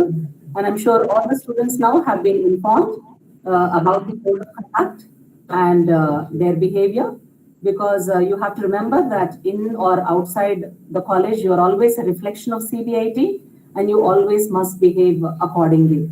And sir has given you all the rules and regulations pertaining to this. And with the club's purpose in mind, tomorrow afternoon, Jagannatha Rao sir will give you an in-depth description of the various clubs that we have. Thank you very much, Sharma sir, for that amazing, wonderful talk. Thank you, sir. And now, next I would like to invite Director, CDC Career Development Cell, Dr. NLN Reddy sir. And before I invite him to deliver his talk, I would like to give a very brief profile. Dr. NLN Reddy sir is a postgraduate from Usman University and PhD from JNTU. He has 13 years of industry experience in PSU Allwyn and Tata Group Walters. He has 23 years of academic experience in our prestigious CBIT, and he is instrumental in establishing World Bank aided chlorofluorocarbon phasing out project in Walters. He has placed more than 15,000 CBIT students in more than 150 world-reputed corporates, which include Microsoft, Google, Amazon, JPMC, ServiceNow, and Deloitte.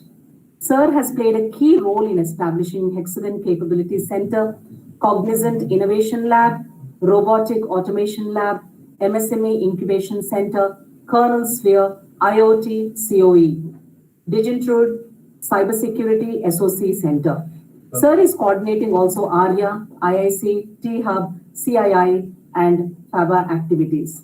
He has been twice selected for Career Guru Awards by Aspiring Minds. Dr. Elena Reddy is a dynamic, energetic personality, as you will all see, I'm sure, when you're acquainted with him. Sir, thank you for being with us today. Over to you, sir.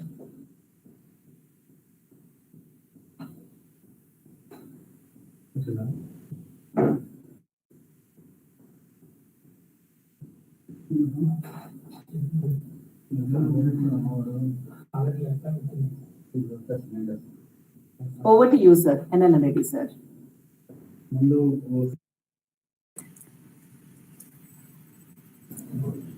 Okay, very good evening. Shubh Sayankalam Andar Guda. So, at the outset, once again, I welcome the young aspiring students for choosing an institute with 41 years of legacy and treasure of knowledge in this part of the state.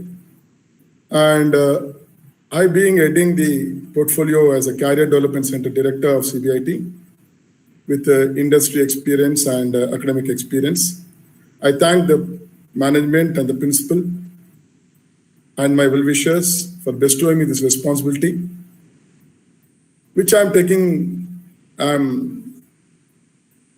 holding this responsibility for the last 23 years with passion. So I always see the smiles in the faces of the students whenever they get placed in the multinational companies.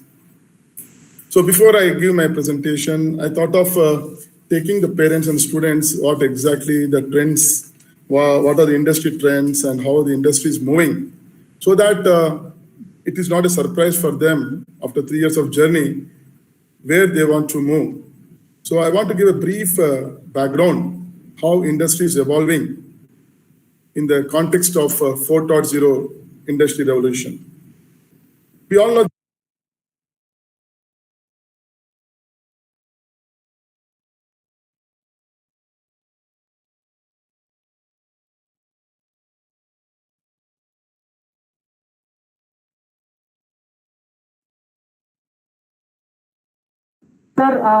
Sir, you have muted your microphone, sir. Oh, sorry.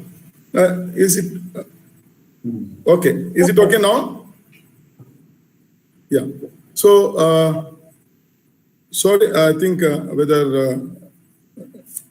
so I want to take the parents and students. I thank once again the management and principal and my well-wishers for bestowing this responsibility, which I'm sure I'm taking forward with passion Always I see the smiles in the faces of parents and students whenever they get placed in the multinational corporates. And before I start my presentation, I want to take you around how the industry is moving, and the trends of the industry, and how the students get connected to the industry so that they have beautiful careers at the end of third year, end of fourth year from CBIT. And we know that our industry has evolved from 1.0 to 4.0. So we know that 1.0 is steam engines, 2.0 is electrical energy, 3.0 is programming, logical control, electronics, 4.0 is again digital and cyber.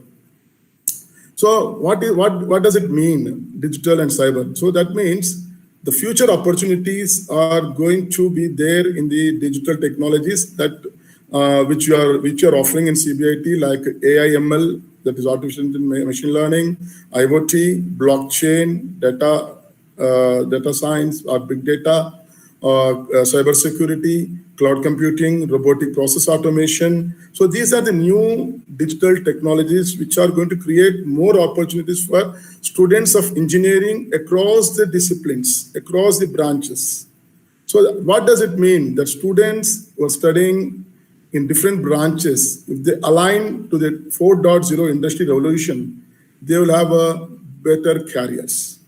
Okay, so whether they are chemical engineers, whether they are from mechanical, whether they are from civil, and that is the reason why AICT has made mandated, including some of these digital programs in their curriculum, so that they get aligned to the evolving industry trends.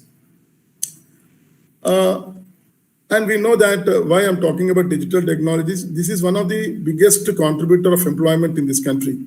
So if you look at 2019, how the IT industry, see, we look at the overall industry, different sector which are contributing to our Indian GDP. So we all know that India is looking forward to a 2.5 trillion economy. That is the vision of our Honorable Prime Minister by 2025. So what are the major contributors for this growth? One is services, second is manufacturing, third is agriculture. So we all know that major contributor to our GDP to reach 2.5 trillion economy is services. Second is manufacturing. Services is around 61%, services is around 23%, and agriculture is around 16%. So major contributor to GDP is 61% is services, in which again IT services contribute to 8%. So that means overall, if you look at the major employment opportunities are going to happen in service sector.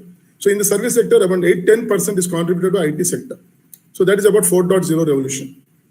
So that is the reason why most of the companies across the globe are setting up their shops on Indian destination. The reason is the strength of Indian democracy, strength of Indian demography, strength of Indian diaspora, strength of India's diversity. So these 4 Ds made all these companies look forward to set up their centers in India.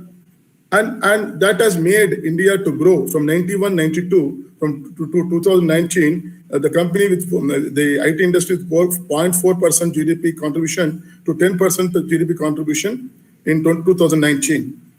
So that means this industry is growing fast, and this industry is going to create more opportunities. So my sincere request to the parents, students, try to align with this new 4.0 industrial revolution to have a better careers and beautiful careers in the student's life. So that is a strength of India, the 4 Ds which I told. Then I also see that I said that 61% is the service sector. So that is hospitality, hotel industry, all this, tourism, all come under banking services, education. They all come under health sector, all come under service sector. So in that, again, major contributor for engineers is IT sector. So I think with this background, what I mean to say that students, if they apply thought, powered by intellect, driven by values, passion to make difference, then they can deliver high performance. So I think if they have these attitudes and this aptitude, that is aptitude basically the what you call basic mathematics, fundamental mathematics skills, and they have good English communication skills and programmable skills. So I think with these 3 attributes, they can shape their careers for a better future. So now a small presentation. We know that Indian IT industry today is $180 billion. Present now. Okay. I'll go here.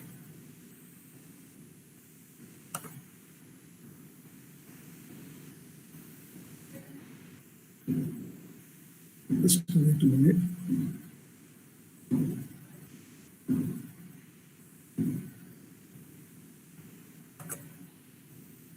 Is it visible, madam? Hello? Yes, sir. Yes, sir. You are visible, sir. Is it visible? My screen is visible?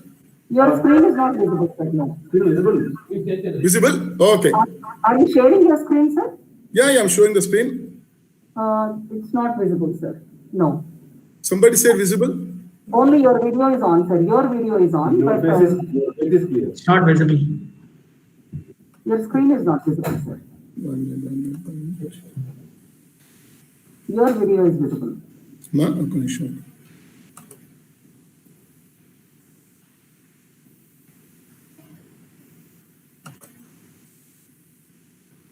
Screen is loose. I'm showing this 1 minute. I'll do it. Right.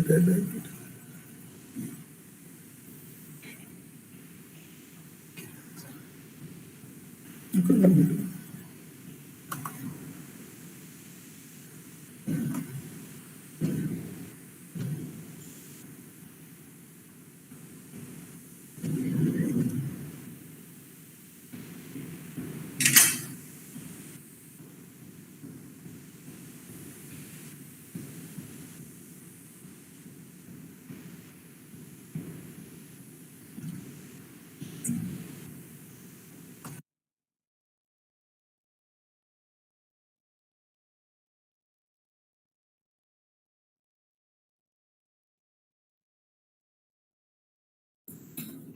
Sir, now your screen is visible, sir. But you are muted, sir. You are muted, but your screen is visible. Yeah. Now, yes, sir. Now Is it okay, madam? we can hear you now, sir. We can hear you. Is it okay? Screen is visible now? The screen is visible, sir, and we can hear you also, sir. Please continue. Thank you, ma. So now you can see my presentation here. So first of all, let me share with you the delighted news about CBIT.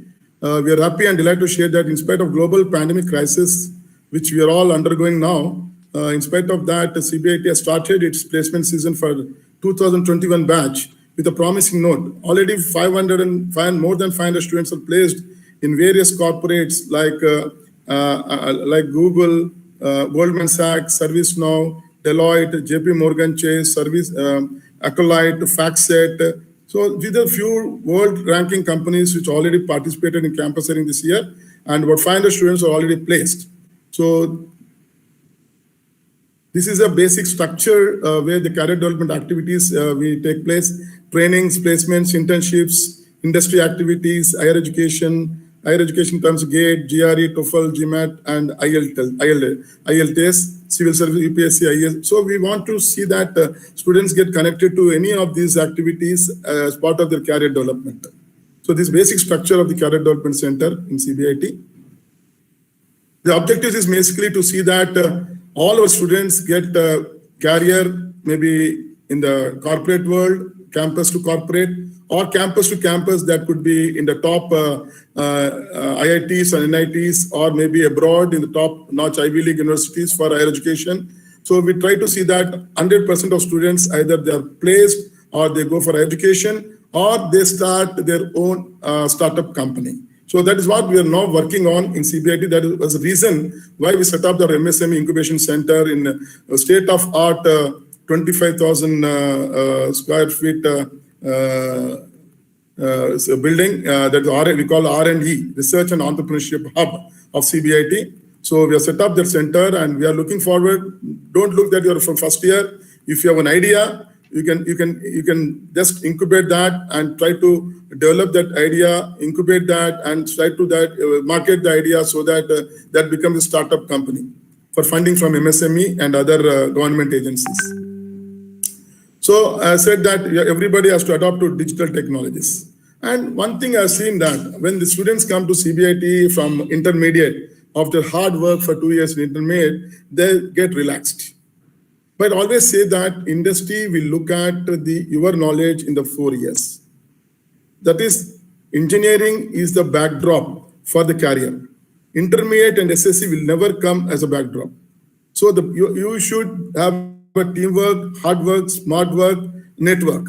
So I mean that network with your juniors, with your seniors, where they're placed or they're abroad or they're in IITs. So please network with the student. Teamwork with your classmates, with your juniors and seniors, or across the disciplines to get an idea which can be incubated and which can become a commercial viable company, a startup company. And hard work, I said there's no alternative for hard work. So continue to do hard work, network, smart work, and teamwork so that you have a better career. And my request to the students here, don't relax after intermediate. Your life starts now. Whatever you do next 3 years, whatever you do in terms of certifications, in terms of mini projects, in terms of participating in hackathons and developing a programming skill, whether you are from mechanical, civil, electrical, chemical, biotech, unless you have these skills, you will not have a beautiful life. That is my sincere request once again to the parents and students. Don't get relaxed. Your life starts now. Okay, entire corporates, they don't look at what your intermediate marks, what are your SSC marks. They look at only what is your academics in engineering, what you have done in engineering, how passionate you are to gain knowledge on a basic engineering course, and how you have developed your extra skills, that is programmable skills, which are the need of the hour as per the 4.0 industrial revolution. So don't relax. Try to do these 4 activities: teamwork, hard work, network, smart work, to build your career for next 3 years. So you have to build your resume from day 1 in CBIT up to 3rd year. So when you get connected to the industry, you cannot build your resume in a day 1. So you have to build every day. Please carry small dictionary, small diary. Whatever you do, try to put those points and try to figure out vital few of the trivial many, which will help you to build up your resume at the end of the 3rd year when you start connecting with the industry for placements, for internships. So that's my sincere request to every student and every parent. So as I said that if we have placed more than 15,440 students, which is the highest in the state, in the combined state of Telangana, AP. And I'm happy to share that a few of our students are placed in Microsoft with 41 lakhs per annum package. Again, it is highest, again a record. And this year, as I said, we started with a very promising note. 10 students from CBIT in these 41 years of CBIT history placed in service now with 25 lakhs package per annum. These are the students who are going to graduate in 2021. So this again a record in the 41 years of CBIT history. And 35 students from JPMC, with the 14 lakhs package are placed again highest. 71 students are placed in one of the major IT industry, IT company, consulting company, Deloitte. Again, it's the highest in the state of Telangana. I'm talking about which are the again, if you look at internship also, few of our students have got internship in DISHA with 1 lakh per month as an internship stipend. Again, which is the highest. Okay, and as part of the setup, Hexagon, as part of corporate relations engagement in CBIT, I played a key role in setting up Hexagon 3D Innovation Lab and Cognizant Foundation certificate scholarships, Pegasystem cloud certification program, any Automation Anywhere University program for robotic process, again emergent IT technology, Canalsphere IoT Center, MSME Business Incubator. So these are some of the achievements of the CDC Center for last few years. And if you look at 2018, 19, 19, 20, there's a growth of 10% growth of number of students placed in CBIT. That is about 10% growth. So more than 74% of students should place in 2021 batch. That is our objective. So if you look, this is a graph, year-wise graph from when I was started handling placement from 2000. So it is, you can see in 2001, when the industry was bad in 2001, so you see the growth, consistent growth, some ups and downs based on industry trends.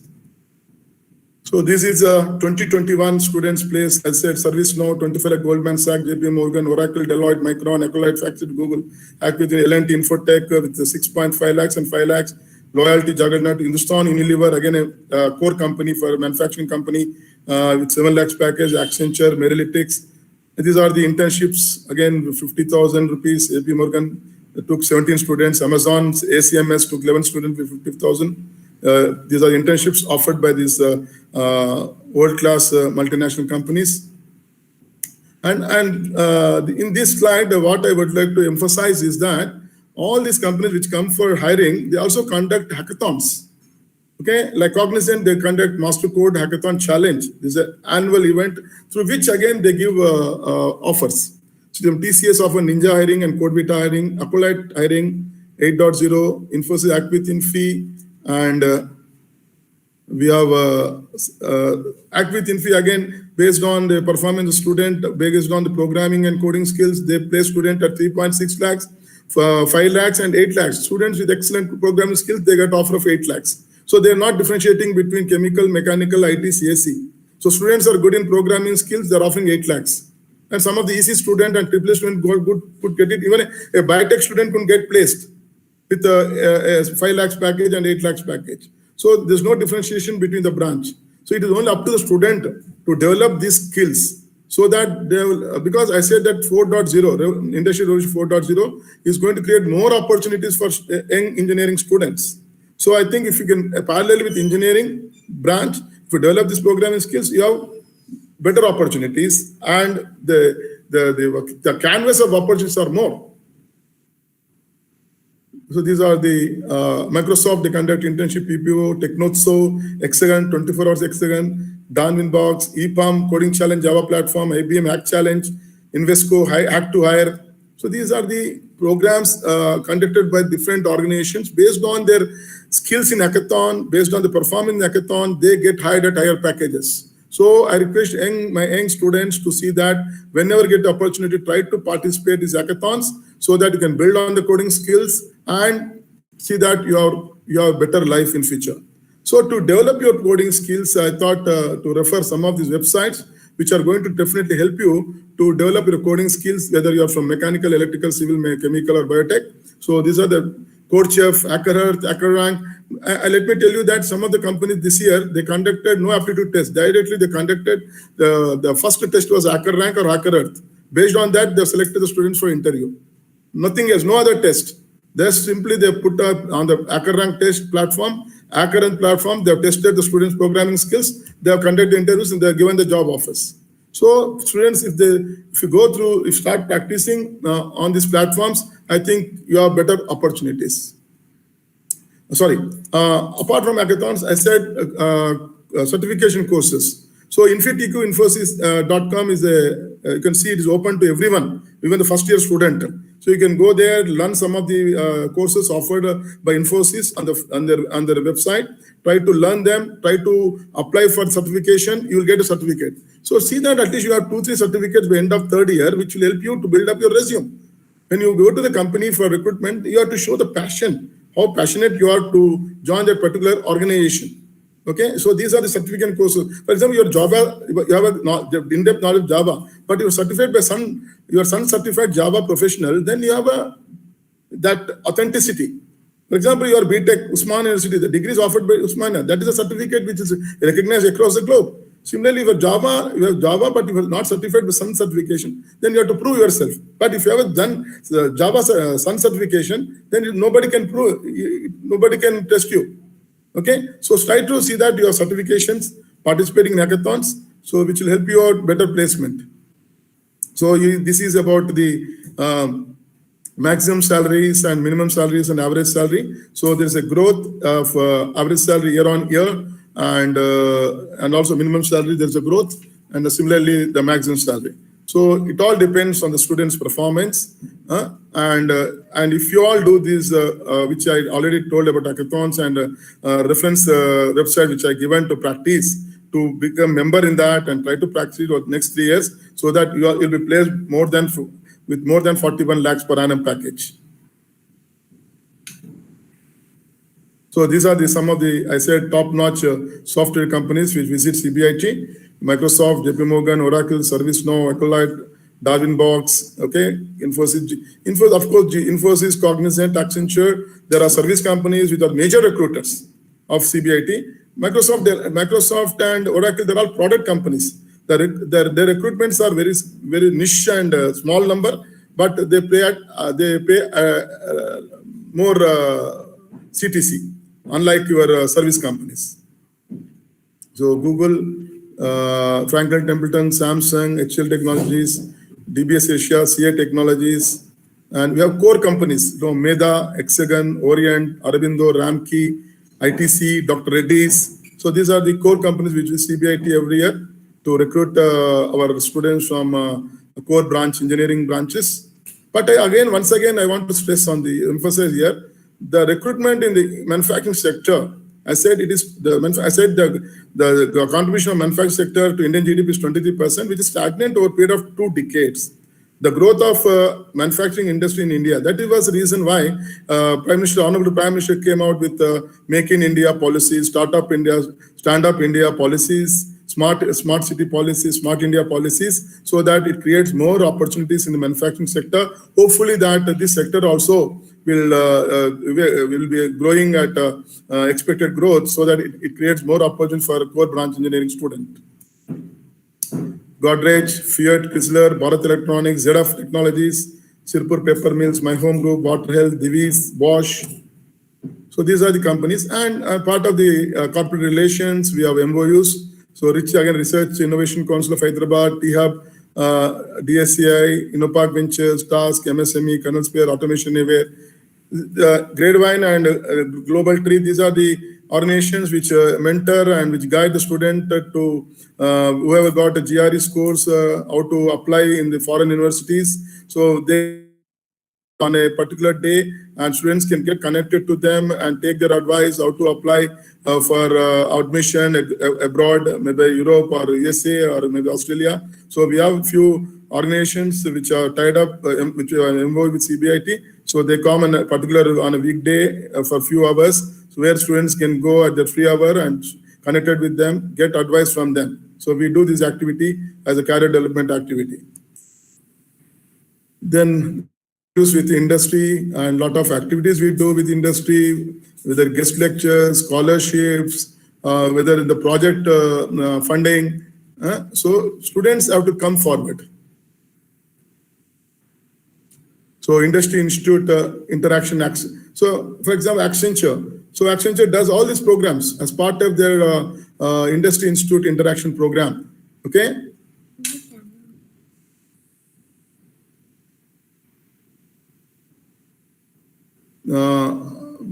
Accenture webinar, all the cognitive computing, faculty development programs, Action TPO Meet, Innovation Jockey, Innovation Workshop, virtual training, how to ace a job interview, Tech Vision, all these programs as part of the Industry Institute. Accenture, Cognizant does all these programs for CBIT student.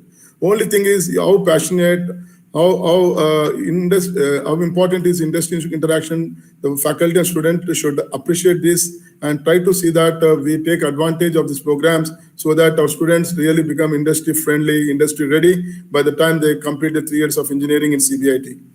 See the number of programs they're offering to CBIT.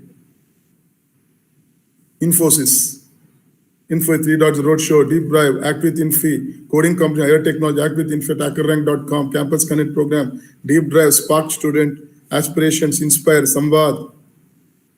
Similarly, Wipro, Ericsson, Mahindra, ServiceNow, Industry, Deloitte, JPMC, Google, Pertusa, Microsoft, Capgemini, Hexagon, EPAM, Acolyte, Novartis, TCS, Philips. So these are the again internships. Those are the industry institute activities which carry out in CBIT. These are the internship companies which offered internship to CBIT. I said Isha, which company which offered 1 lakh per month for high internship hired student. So these are all companies which come for offering internships. Sponsored projects, I said, Automation Anywhere, again, is a part of robotic process automation. Again, a part of Digital India, digital world technology. So they offered 40 licenses worth 40 lakhs. Hexagon 3D Lab. Then we have Cognizant Innovation Lab. And these are some of the placement photos. the Fiat Chrysler placement team.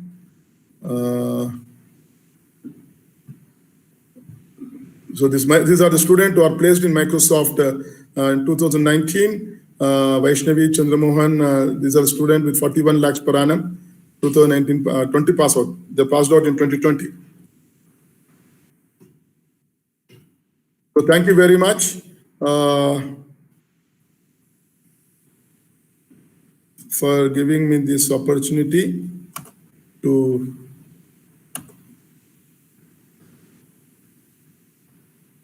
share my thoughts. So I think now I explained to you about the industry 4.0 and how industry is evolving in the future technologies and how opportunities are going to be created in this 4.0 industry revolution and what students basically look at. I always say my students basically they're highly ambitious, very impatient, intellectually strong, physically weak, emotionally imbalanced, spiritually not enlightened, socially not responsible. I think this definition for Gen Z or millennials should be mitigated by the students who are joining in CBIT. This is a perception of the our generation, basically on this millennials or Gen Z. And I hope and wish that our CBIT students who are going to join these portals of knowledge of CBIT, that they mitigate this impression and of the our Gen X or Gen X generation. And once again, I reiterate that the students don't relax, okay? Don't relax. Try to build your career right from first year. Enjoy learning. It is an entertainment. Think it's an entertainment. And I also request all the students and parents, you please get connected to the news channels like NDTV Profit, ET Now, that is Economic Times Now, or CNBC 18. These are 3 channels which are basically connect with the industry leaders. Lot of industry debates, discussions happen on these 3 channels in your television.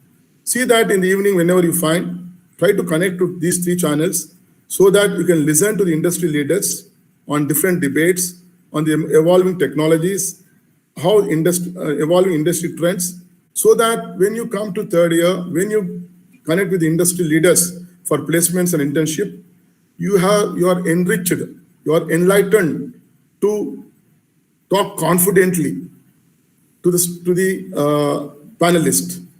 So that means if knowledge is a future currency, knowledge is not information, it's a transformation.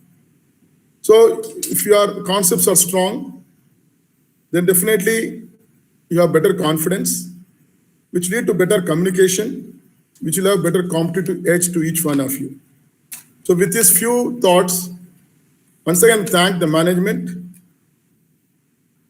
entire management team, our President Malkonda Reddy sir, Sandrashri Madam, Bhaskar Reddy Garu, our new incumbent principal, very knowledgeable principal, Professor GPS Verma Garu, and entire my team of HODs and directors for giving this opportunity to share my thoughts on this wonderful day where our young, budding, aspiring students with great hope are joining this institution.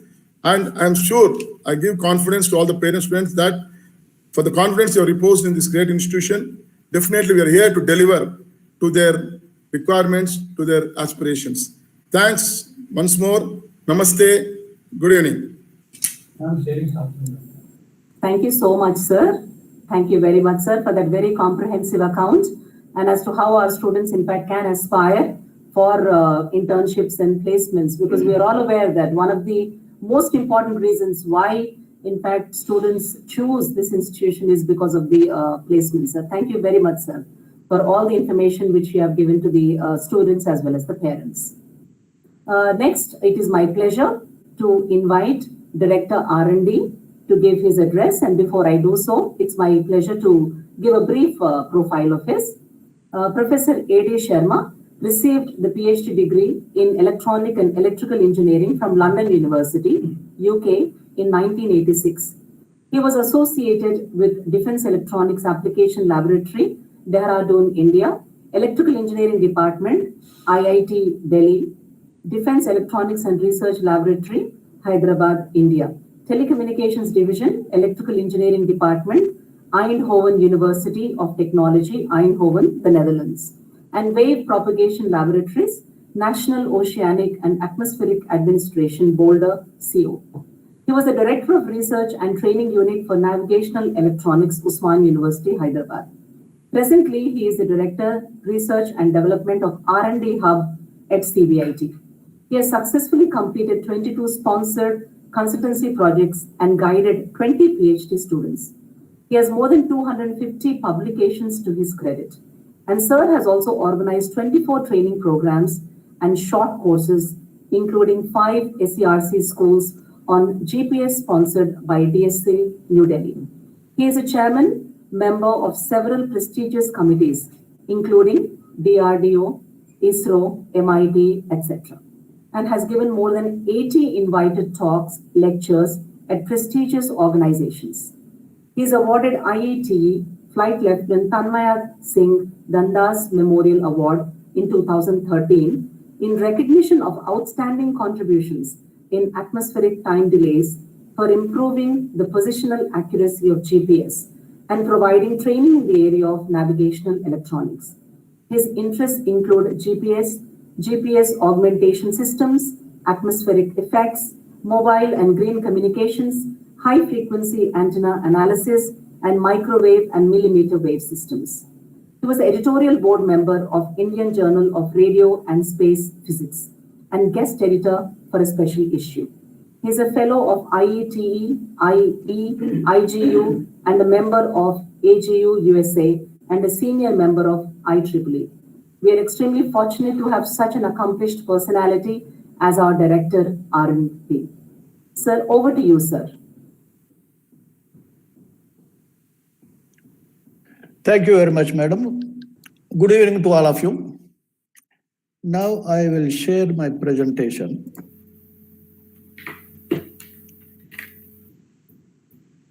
Are you able to see the presentation slide? No, sir. I request Ananda Reddy, sir, to stop presenting. Hello? Are you able to see? Not No, yet. not yet, sir. He has to stop sharing, then only it will be visible. Yes, sir. I request NLN Reddy, sir, to stop sharing his screen.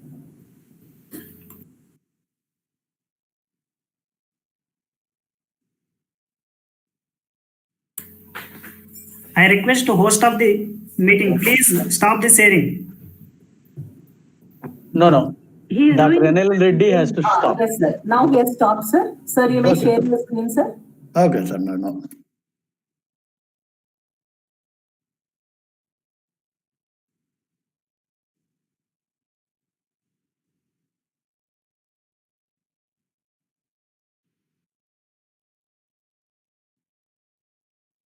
You are able to see now?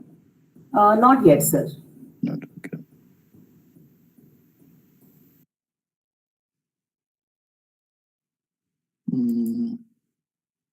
Share.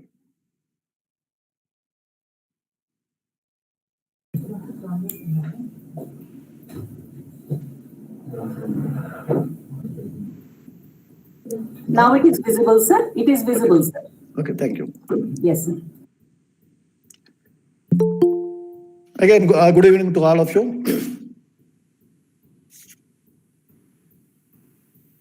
At the first onset, I would like to congratulate the proud parents for joining their children in CBIT. You are now a part of an institution that strives for excellence in all areas of teaching, research, and innovation. Now you have now become a part of us. Our institute maintains a climate where every student is encouraged to reach his or her full potential in his chosen field.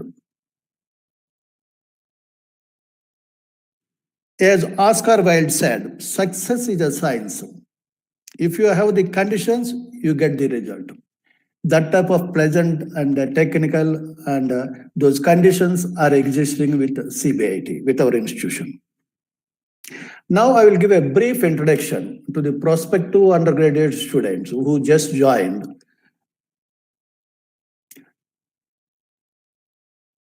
The vision of this research entrepreneurship hub, it was established in 2018 August on the birthday of the founder member Dr. Malkonda Reddy Garu.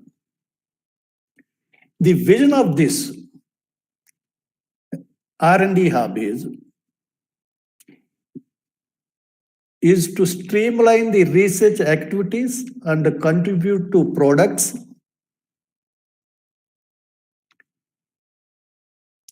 processes, and systems to make a mark in Make in India program actively and aggressively promoted by the Government of India.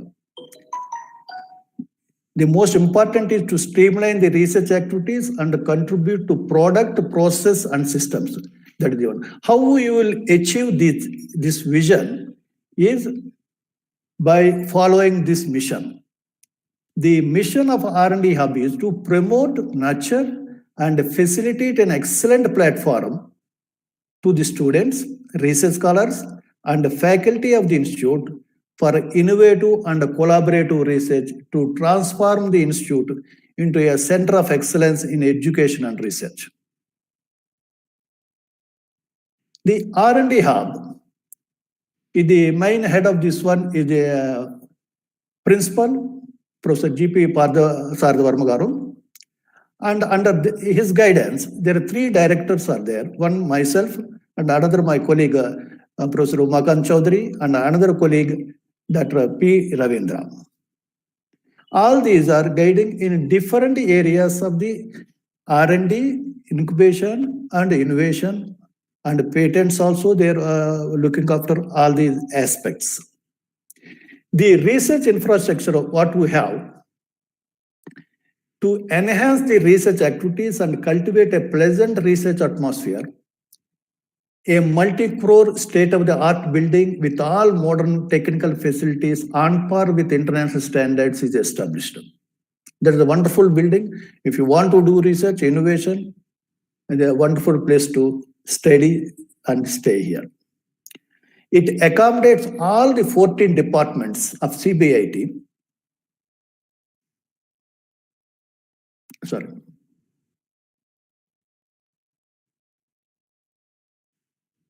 It accommodates all the 14 departments to carry out the advanced research. Independent space is provided to each department to encourage both individual and collaborative research for the execution of both sponsored and consultancy projects. Each department, all the 14, including the life sciences, circuit branches, and non-circuit branches also. The another one is all the research activities are being streamlined to make a mark, as I said earlier. In addition to the facilities provided here, individual departments are encouraged to set up centers of excellence. One such center, Navigation and Communication Research Center, is established and has been executing very important projects both for DRDO and ISRO.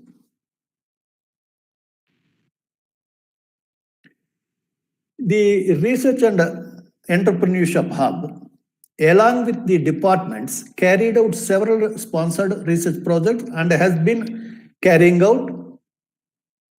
Our sponsors include Department of Science and Technology, DST, New Delhi, Space Application Center, ISRO, Ahmedabad, Vikram Sarabhai Space Research Center, ISRO, Trivandrum, Research Center, Imarat, DRDO, All India Council for Technical Education, New Delhi, and internally also CBIT is very generously funding internal projects. And we have got a very prestigious project, design and development of components for heart pump. Every year, we organize a research day in the month of August, 23rd of August, which happened to be the birthday of Professor Dr. Malkonda Reddy garu. Several training programs, both sponsored and self-financed for faculty, students, and practicing engineers from industry are being organized. Resource persons for these programs are from IITs, NITs, DRDO, ISRO, and from internationally reputed organization, and sometimes abroad faculty also joining in the training programs. We have a total of 53 MOUs, the whole college. And out of these, some selected MOUs are housed in the R&D hub. Some of them are Kernel Sphere, Hyderabad, Center of Excellence in IoT and Cybersecurity, Center for Innovations in Public Systems, Hyderabad, the objective is Green Engineering Mission and Bamboo Mission. The third one is Zoom Technologies, Hyderabad, Center for Excellence in Artificial Intelligence and Machine Learning, and Satellite Application Center, Ahmedabad. It is that MOU is being executed from the Department of ECE, which got a Center of Excellence in Navigation and Electronics. What are the benefits of these with respect to the students, especially undergraduate students? When we conduct research events and conferences, they will be exposed to the latest areas of technology. Then the students can write research papers on their own and present their work from time to time in workshops. They can even choose their project from the second year itself, and the next 3 years, they can work in the field they are interested in. And this is the biggest difference between this college and so many rest of the colleges. The second one is, as the faculty are doing several projects, sponsored projects and consultancy projects, students will have an opportunity and also to expose to the latest development, to contribute to the project which matters to the society and the real life problems, the projects means, that is, which you have been doing. And the third one is the training programs. The students will have the opportunity to listen to the renowned professors and experienced engineers and various recent development of the latest topics. We are conducting so many training programs we are conducting. This is one of the specialty about CBIT. The MOUs, what is the purpose of these MOUs? The student will have the opportunity to interact with the industry and do their internships in those industries also under these MOUs. By availing these 4 facilities, that means research events and conferences, projects, training programs, and because of the virtue of having CBIT having MOUs, the student can improve their prospectus to a maximum possible extent for going abroad for higher studies or to work in core industries or software companies in both in India and abroad. In addition to the above, for student project, CBIT encourages both undergraduate and postgraduate students to carry out quality and application-oriented projects. Funding up to 10,000 rupees can be sanctioned. In exceptional cases, higher funding also can be considered. They can apply throughout the academic year, but they have to choose a mentor from the faculty. And similarly, for faculty also, CBIT is giving the funding for doing their project in their own interest. Up to 40,000 can be sanctioned. In exceptional cases, again, higher funding also can be considered. And these scholarships or funding are available throughout the academic year. And in addition to this one, our R&D hub houses a Hexagon 3D Innovation Lab. The main aim of this Hexagon Lab is to impart practical knowledge and technical training in the cutting-edge technologies to the students. And there are 4 types of softwares are available, and which costs about nearly 6 crore, worth, 6 crore rupees. The sponsor is Hexagon Capability Center India Private Limited. That's exclusively one laboratory is exclusively separated and given to this particular laboratory. And other laboratories we have got this IRNS, that is the Indian GPS system. When the ISRO has developed this system, they have given the new system for field trials to 12 institutions. 12 institutions, out of them, most of them are either NITs or IITs or research organization. And CBIT is one of them. This is on par with other nationally and internationally recognized institutions. And we are very, very successful in this one. Every time we'll got a lot of appreciation, especially in this aspect from the SAC Ahmedabad.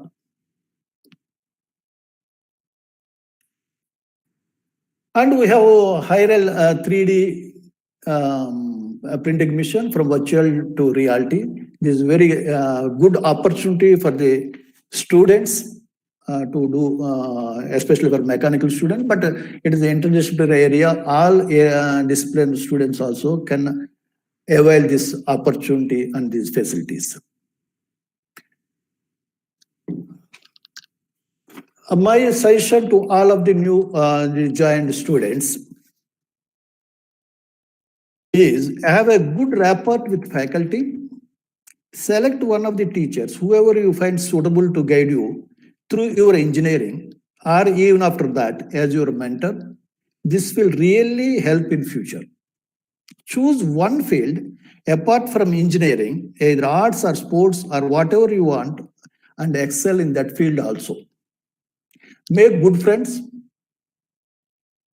and participate in various college events, and no backlogs till the end of the college.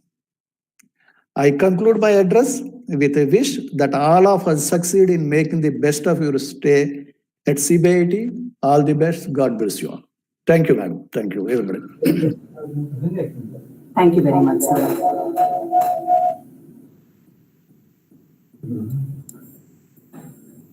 Thank you so much, sir. Thank you. And now I would like to request Dr. Umakant Chowdhury, Professor and Director, Incubation and Innovation in CBIT, Hyderabad. And before I invite you to talk, sir, allow me to read a brief profile of yours. Dr. Umakant Chowdhury is a PhD from IIT Kharagpur, and he has more than 38 years of industrial research and development experience. He was Executive Director and Head of PHEL Corporation, R&D Division, Hyderabad, and also served as Executive Director, Corporate Technology Management of PHEL, to coordinate all the research activities, collaboration, joint venture, and knowledge management. He has been involved in the development and commercialization of number of products for industry, defense, and railways. He was instrumental in establishing Center of Excellence for Permanent Magnet Machines, incorporating the state-of-the-art equipments. He was associated in the development of superconducting machines in BHEL and superconducting magnet energy storage program with IIT Kharagpur. He has been instrumental in signing MOUs with premier institutes like IITs and NITs for industry academia collaborative projects. He has also been on the board of PHEL EML as part-time chairman and PPIL as part-time director. He has attended program on management of new product design and development for India arranged by AOTS Japan. Sir has more than 20 research publications to his credit and has filed more than 30 patents and 5 copyrights. He is one of the review committee members appointed by Department of Heavy Industries, GOI, Government of India, for some of the development projects given to IIT Madras. His research interests are electric mobility, energy efficient motors, superconductivity, magnetic levitation, permanent magnetic motors, non-conventional energy, emission control systems, etc. After superannuation, he is presently working as Professor and Director, Incubation and Innovation at CBIT Hyderabad. It's our pleasure to have you with us today, sir. Over to you, sir. Thank you. Thank you, madam. I'll just start my presentation. Yes, sir.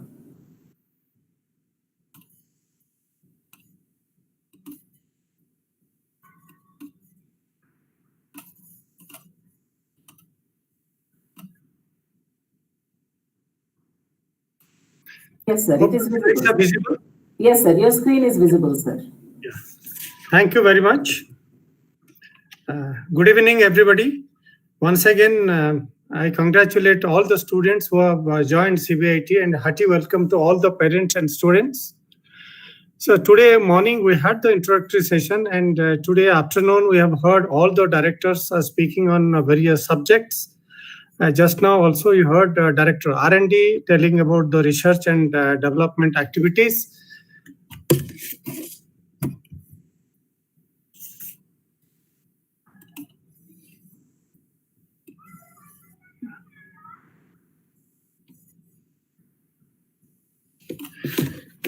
And so I would like to cover the areas like innovation, incubation, IPRs, startups, entrepreneurship, industry connect, and recent some of the MOUs where the students are involved, how the student can get involved in those MOUs, and the technology trend. This is just added by hearing some of the speakers in the morning, because there are some questions which are the technology coming and how it is going to the job market, how it is going to change. So that's why I thought I just add a technology trend so that I can tell the students these are the some recent modern technology trends. It's only, I would say, which is of general nature. I'm not going to cover the core engineering technology, which will be covered by the departments, of course. So that part will not be covered.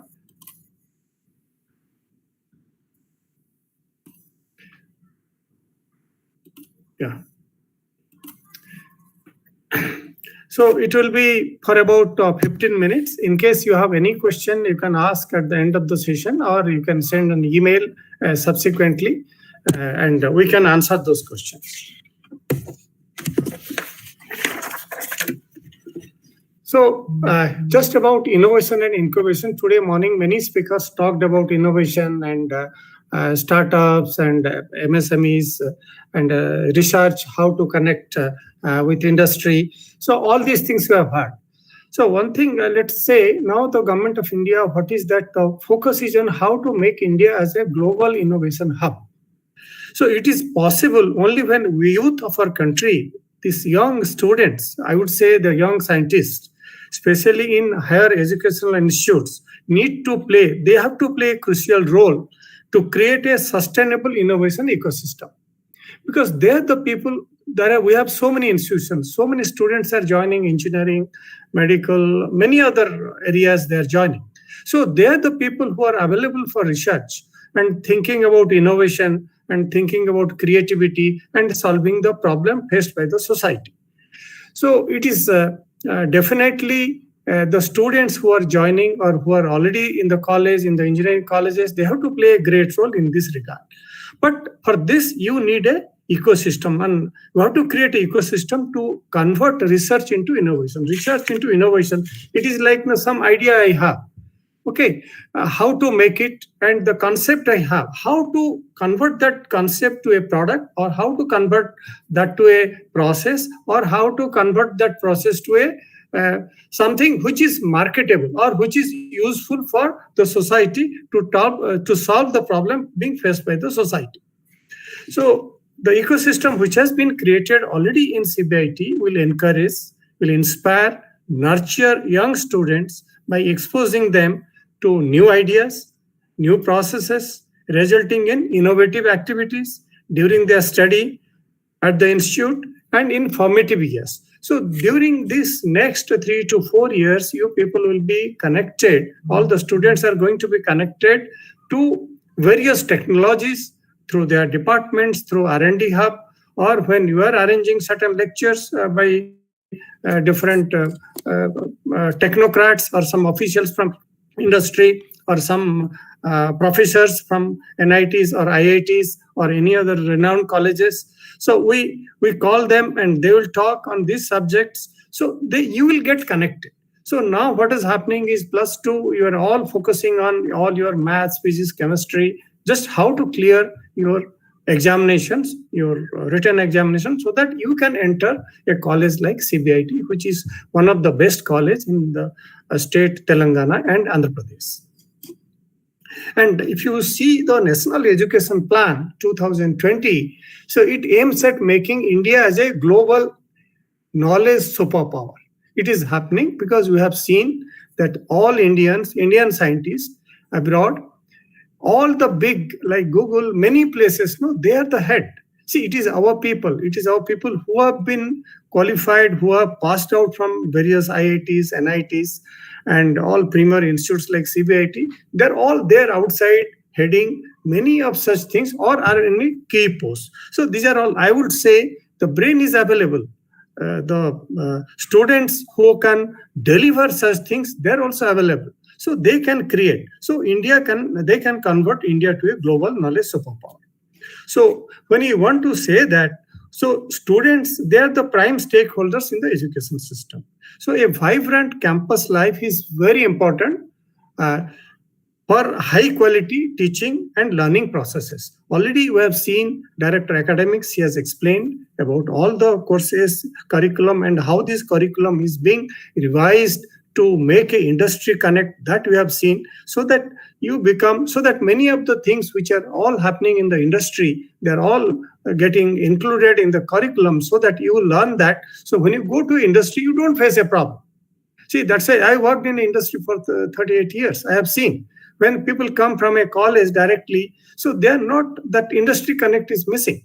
So that's why the AICT and all the effort by the government, the Ministry of Education, that how to enhance this industry connect. That's why all the curriculum is being revised to have this industry connectivity.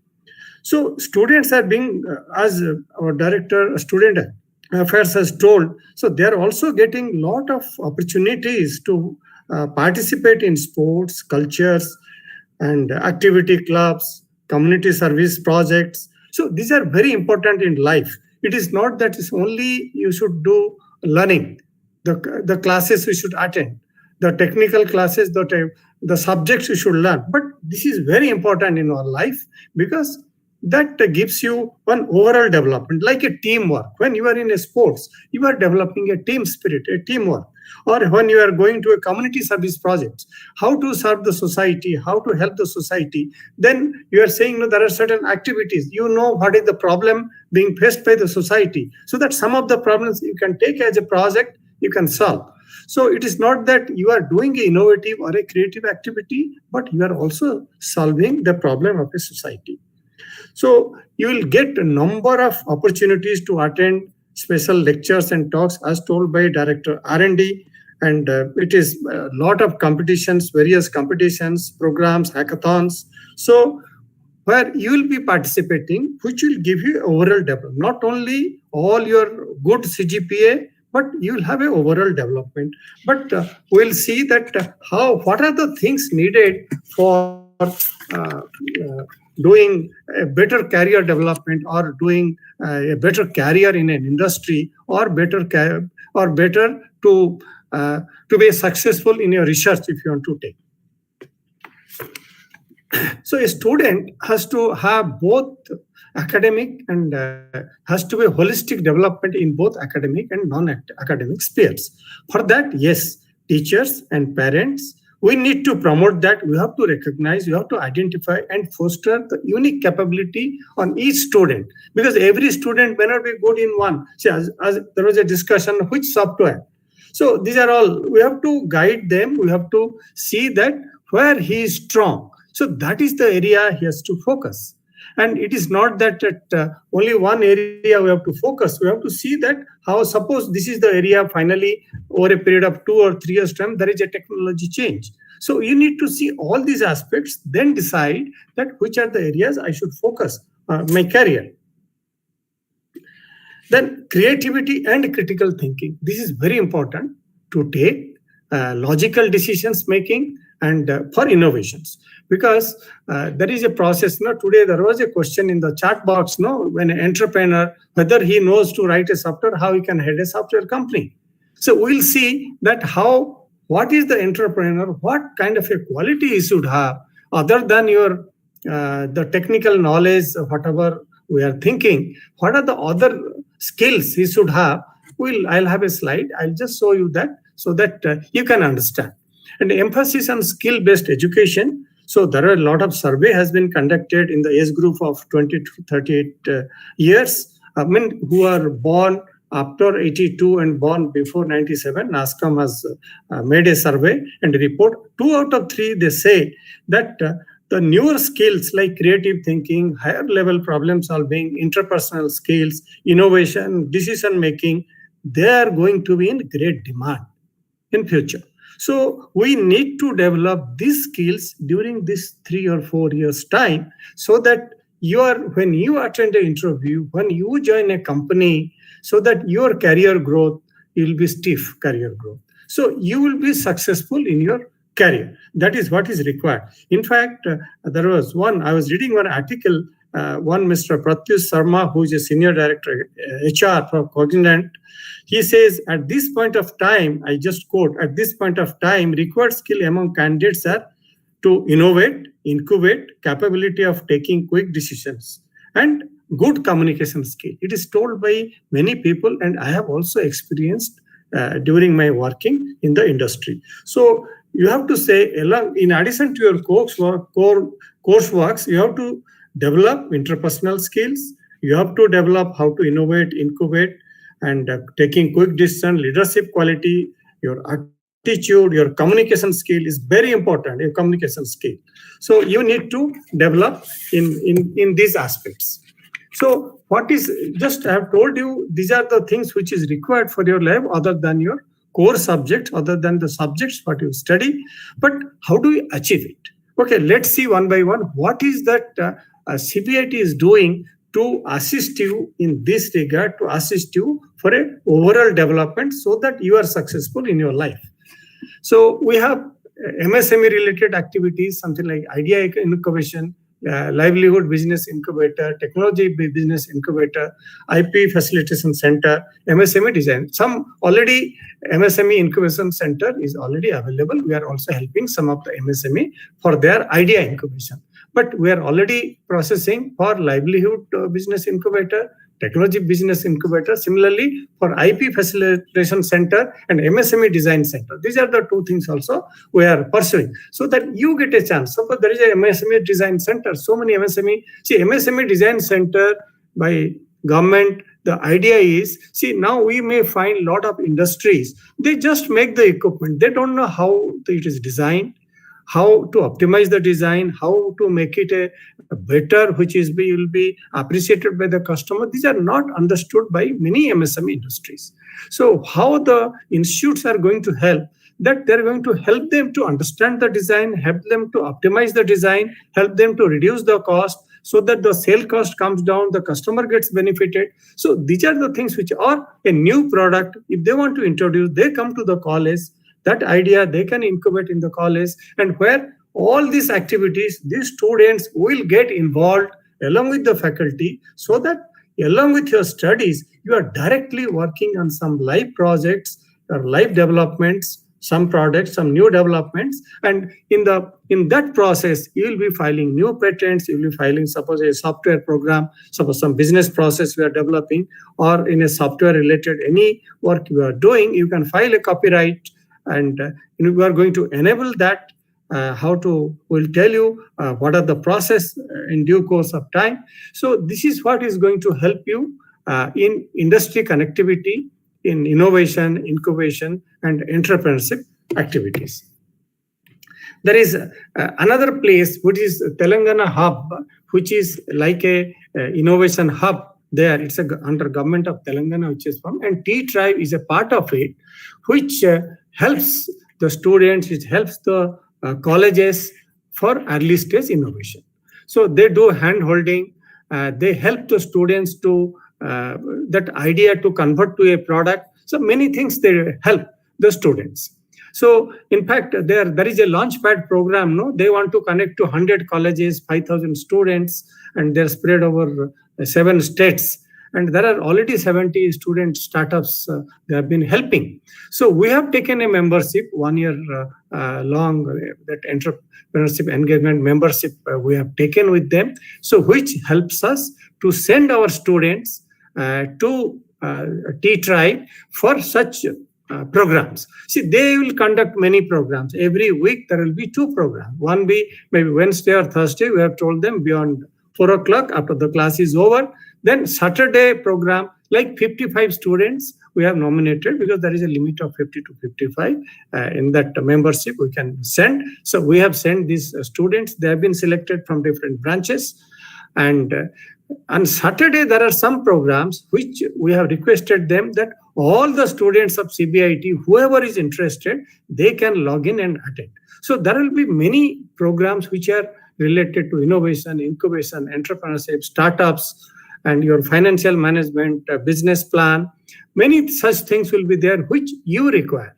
How to pitch an idea. Suppose we have got an idea, how to pitch, so that you are not able to put up your idea, you are not able to express your idea properly with a proper business plan or with a proper financial return, or with what you call return on investment. If you are not able to put, nobody will sanction such projects. So even if you are applying for a college project, you need to put up your idea in a proper way with all these things. So this all will be taught to you, or all will be given. These are all additional inputs, not in the course, but beyond 4. Some of the programs which will be conducted will be informing you those programs.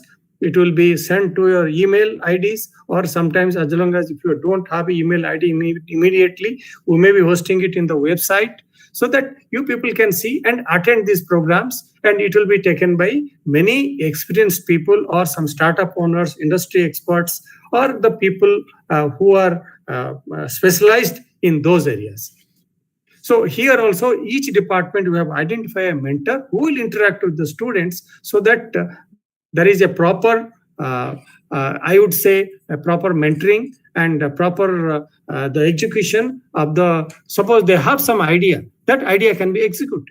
So this is what is being carried out along with the T-Tribe.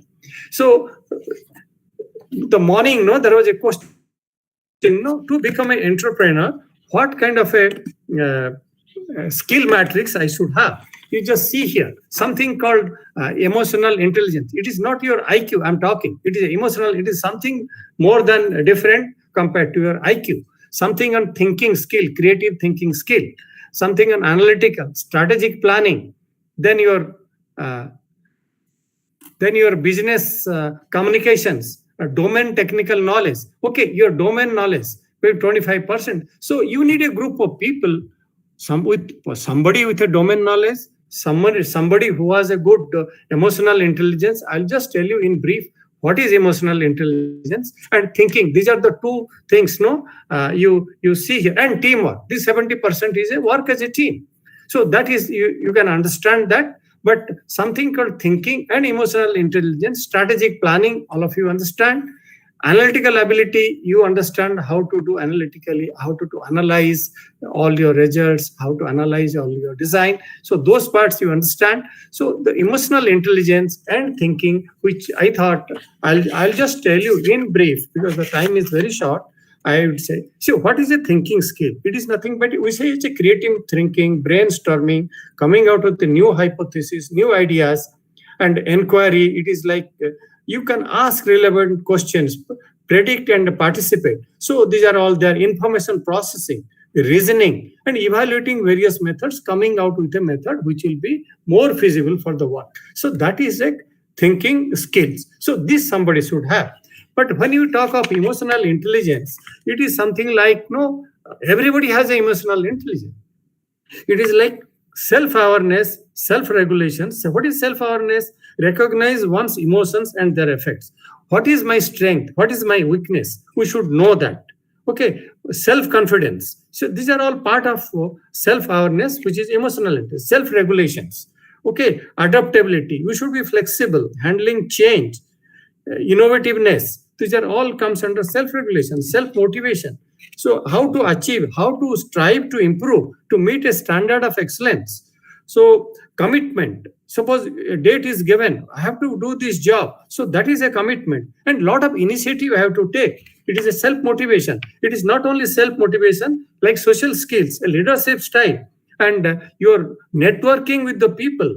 So communication, sending a clear and convincing messages to all your team members, to your customers. So these are all social skills. Similarly, empathy. What is empathy? It is nothing but what others are feeling, what is their perspective. Suppose my customer, all the society, what is their need, what is their interest, what is their concern, service orientation, anticipate, recognize, so meet the customer's need. So these are all things which will come under emotional intelligence. So when you attend any such interview, you will be questioned because you join first few years, you will be focusing on mostly your technical part or something will be doing. Maybe after 3-4 years, you need these qualities. When you are engineer or senior engineer, you will be doing a lot of technical things. This thing, maybe teamwork and some thinking. These are the skills which you require. But the moment you ride in the ladder, so you need emotional intelligence, you need planning, you need to make teams, you have to be very analytical. So these are the skills which will be there. There is another process which is called design thinking.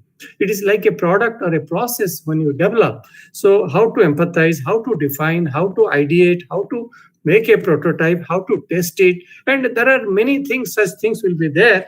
So these are the inputs we are going to provide you during your stay here in the next 3 to 4 years, so that you are able to analyze any situation, analyze any question is put forward to you. So you can answer whether you join a job or you want to have an entrepreneurship, you want to have a career in startups, or you get an idea, you want to convert to an industry.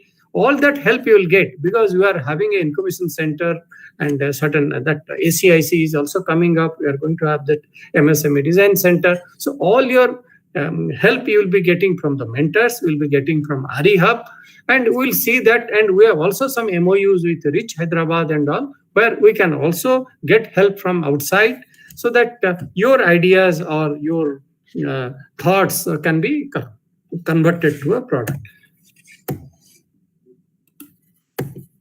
So these are some of the skills, which we'll be arranging courses for you, and which our T-Hub, T-Tribe, through them also we are doing it, and some of the things which also will do for you, so that you gain knowledge in these areas other than along with your coursework, whatever you do, physics, chemistry, mathematics, English, whatever you do now. So along with that, you will be achieving. And second year. So it is over. I'm talking not only this year, first year, second year, third year, even fourth year.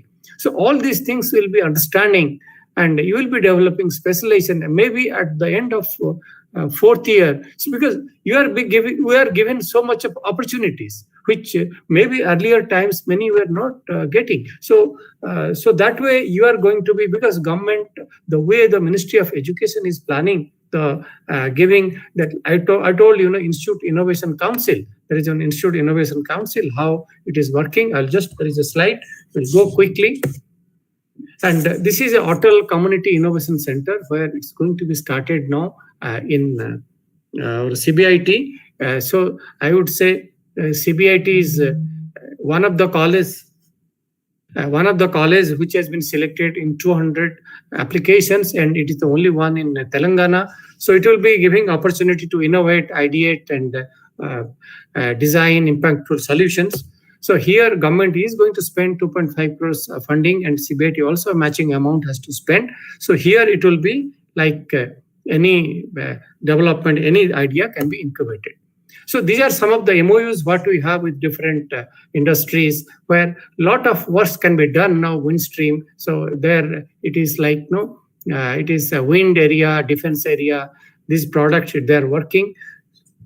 And if you see the kernel sphere we are discussing there, GPS tracking. So these are some of the projects. Internet of Things. These are projects being done. A lot of students are connected here. So these are, we want to make a smart campus. So where GPS tracking, transformer monitoring, diesel generator monitoring, pump set monitoring, and grid monitoring substation. So all these things are done where you are going to get connected and you will be able to do. And CBIT cares renewables. Morning, Triple head has told it is a solar center of excellence, which is going to be there.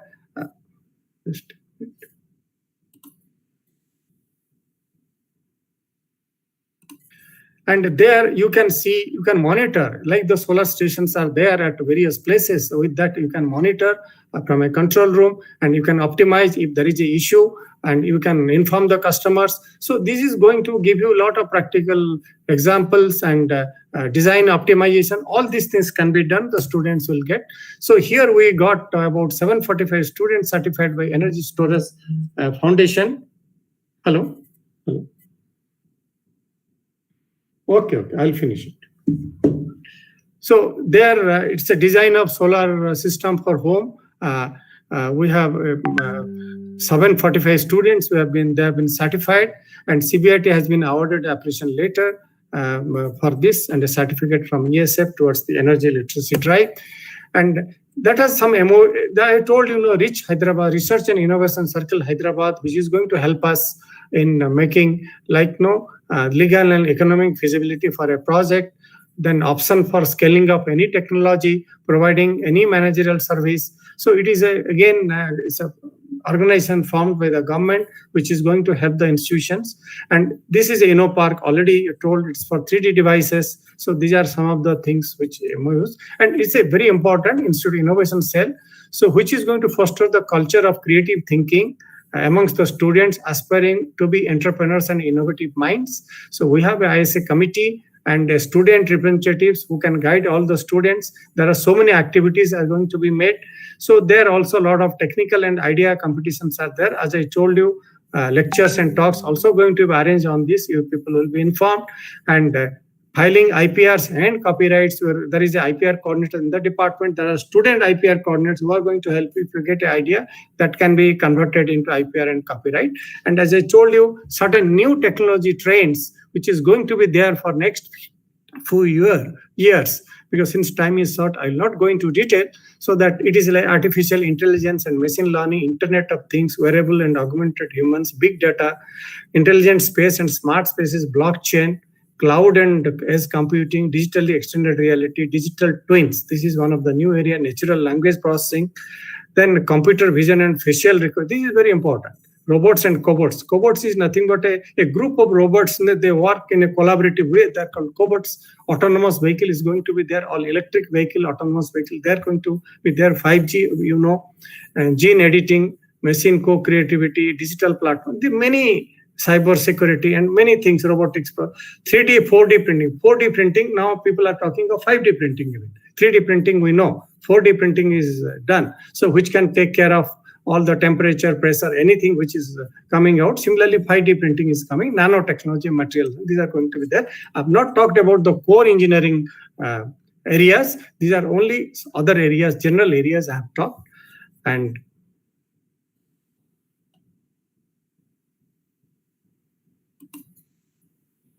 see, there was a summit which was inaugurated by our Prime Minister called, it is Vaibhav Summit. It is something like Vaishak Bharatiya Vigyan Summit. It was inaugurated by Prime Minister, and a lot of discussion took place about the technology. And some you can see in YouTube, if the moment say Vaibhav, you can find these nets, you can hear a lot of people, specialists and the technologists who are discussing about that. And because you can see there is a lot of drive from the government for innovation and incubation, startups, and these areas and creativity.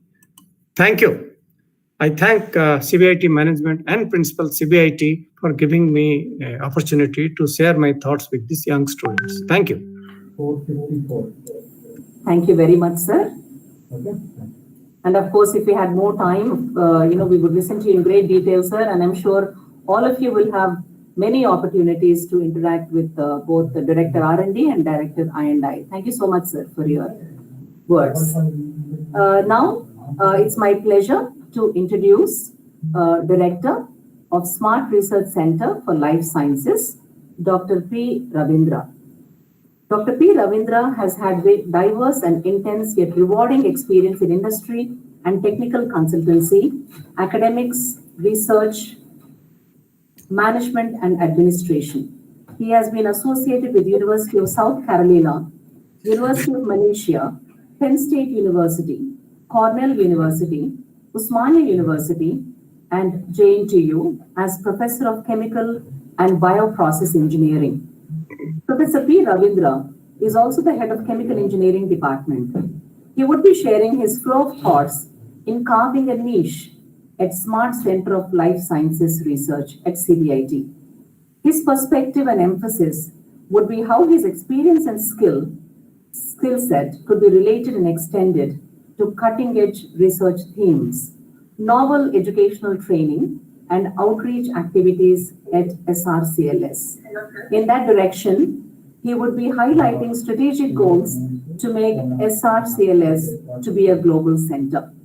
Dr. P. Ravindra's focus will be to exploit the expertise and resources of the CBIT in a partnership with industry, local communities and governments, and non-governmental agencies to expand and enhance the development and delivery of resources and related technologies for the benefit of all constituencies in the Telangana region that will have major national and international impact. He has established and is founder of various centers, departments, and laboratories such as energy research, food technology, biotechnology, oil and gas engineering, green engineering, biochemical engineering, and chemical engineering. He has organized many conferences, seminars, colloquia, workshops, and conducted refresher courses to enhance the skills of the faculty. He is a resource person for many universities and educator for PhD and master's thesis evaluation. Dr. P. Ravindra has been the seasoned consultant, and currently he is the CEO of SART LLC, which provides training solutions to all the stakeholders such as industry, academia, non-governmental organizations, and policymakers. Cross-talking is going on. Cross-talking, please. Some other system is on. He is a professional engineer of certified bodies. Dr. P. Ravindra is professional member of professional organizations. He is a recipient of numerous awards from prestigious institutions.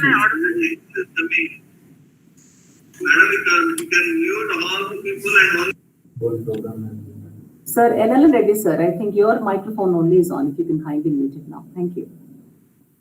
He has been a prolific author and editor of many chemical and bioprocess engineering books. He has 231 publications to his credit with 8,000 citations and H-index of 108. He aims at sustainable universe with green technology, which encompasses ecologically balanced, energy efficient, economically viable, and equity-oriented technology through the cooperation and expertise of highly talented pool of human capital of SRCLS and CBIT management. Sir, it is a privilege to have you amidst us today. Over to you, Ravindra, sir.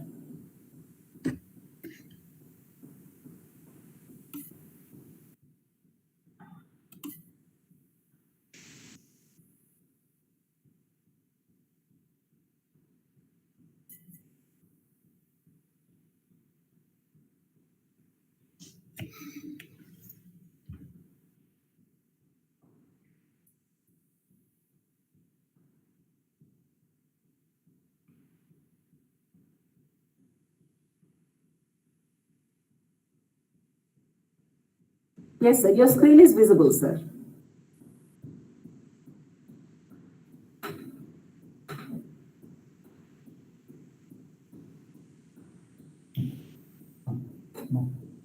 We'll close the session in another 15 minutes.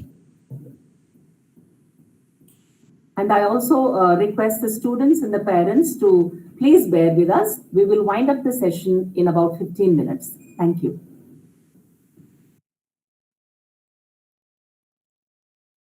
Over to you, Ravindra, sir. Your audio is muted, sir.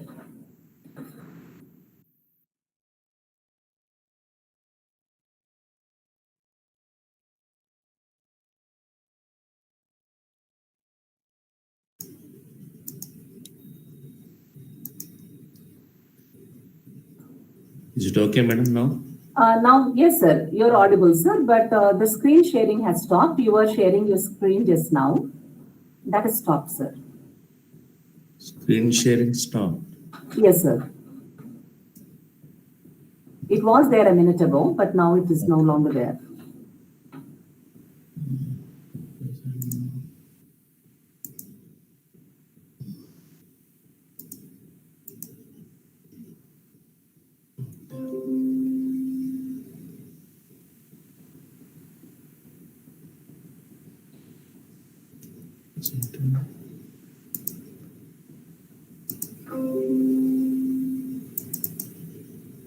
Yes, sir. Now it is visible, sir. Thank you, madam. Thank you. Thank you. Yes, sir.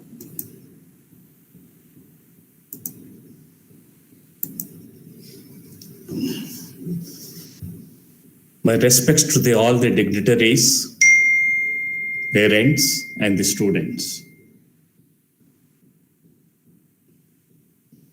The management and the faculty of CBIT have taken initiative to conduct the research activities in the frontier areas of science and technology, and to abreast with the latest developments in the international arena of research activities. Under the COVID-19, recently, the center has been established. It's a baby, established in 2020. And I have given the task of looking after as the director of the center. I just came from USA to look after this research center. Obviously, I'm the last speaker because I'm recently born. The center is recently born. Therefore, I'm the last speaker. Absolutely.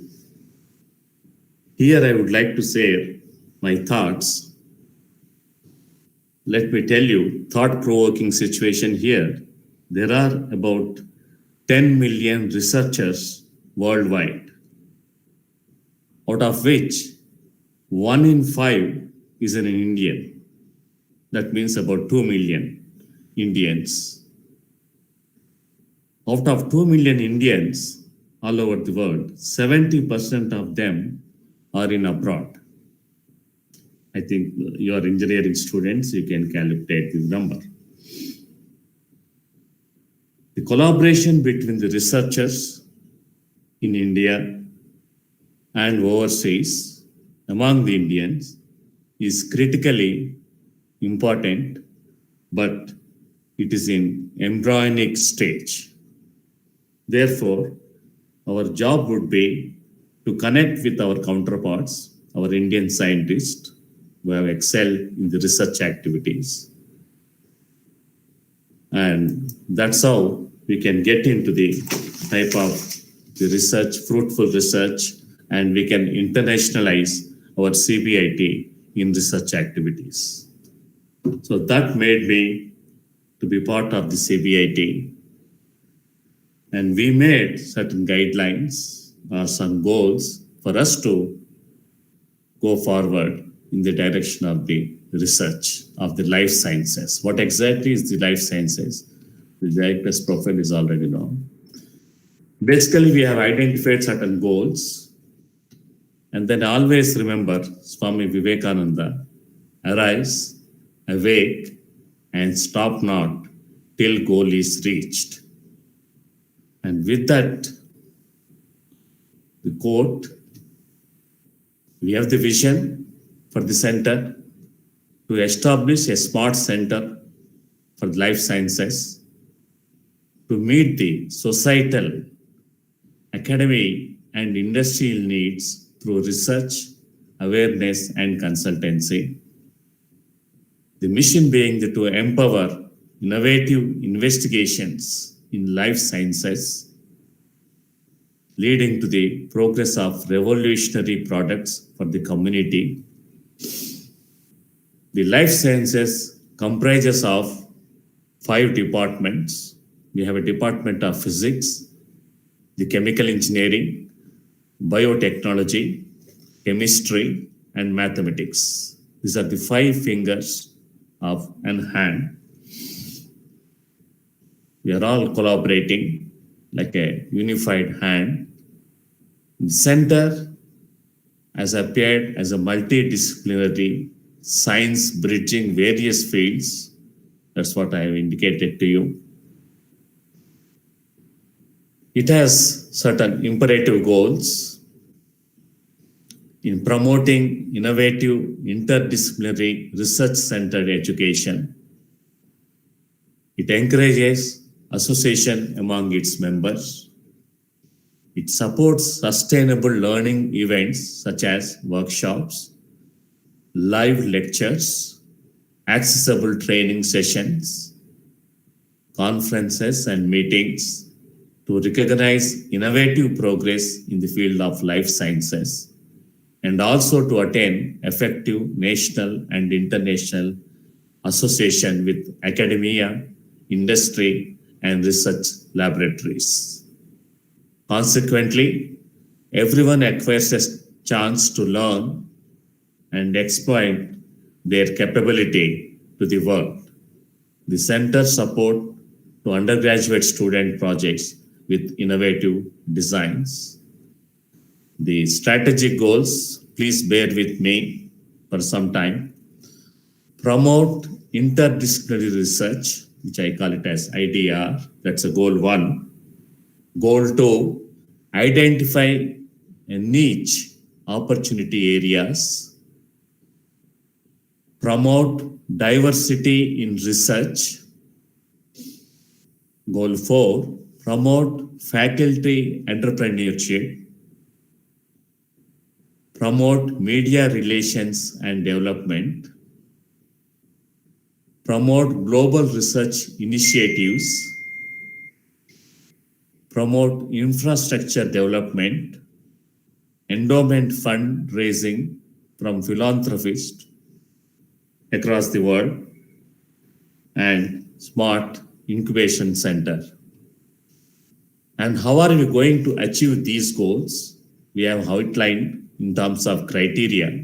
The goal 1 could be achieved by the criteria which I identified as the criteria 1. Foster a collaboration environment, recognizing the faculty for their skills, IDR, provide seed money for IDR, overcome barriers by discussing with cross-sectional departmental building and the budgeting parts of it, identify niche areas, opportunity areas in the national and international projects.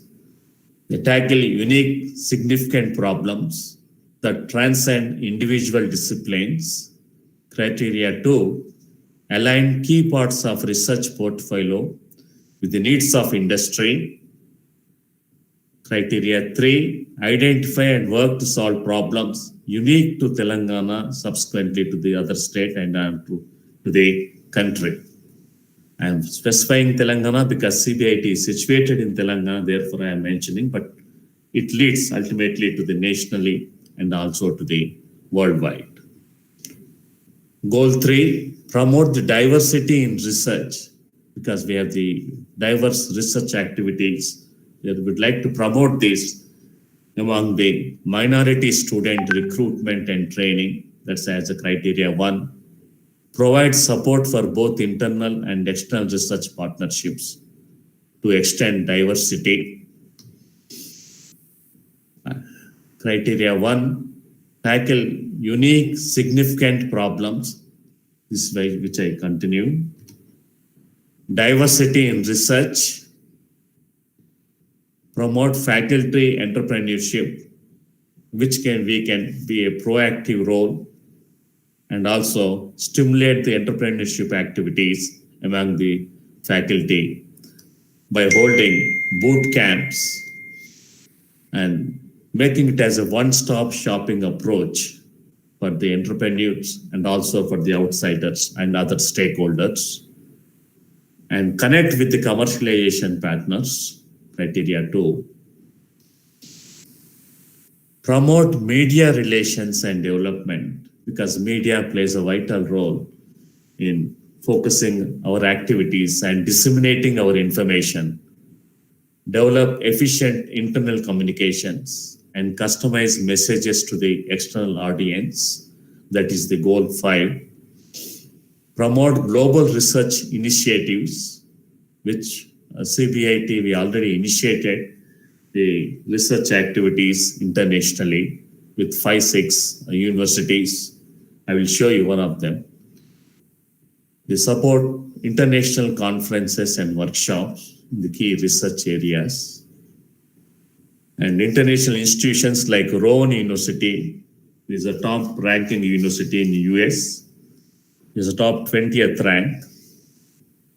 And CBIT has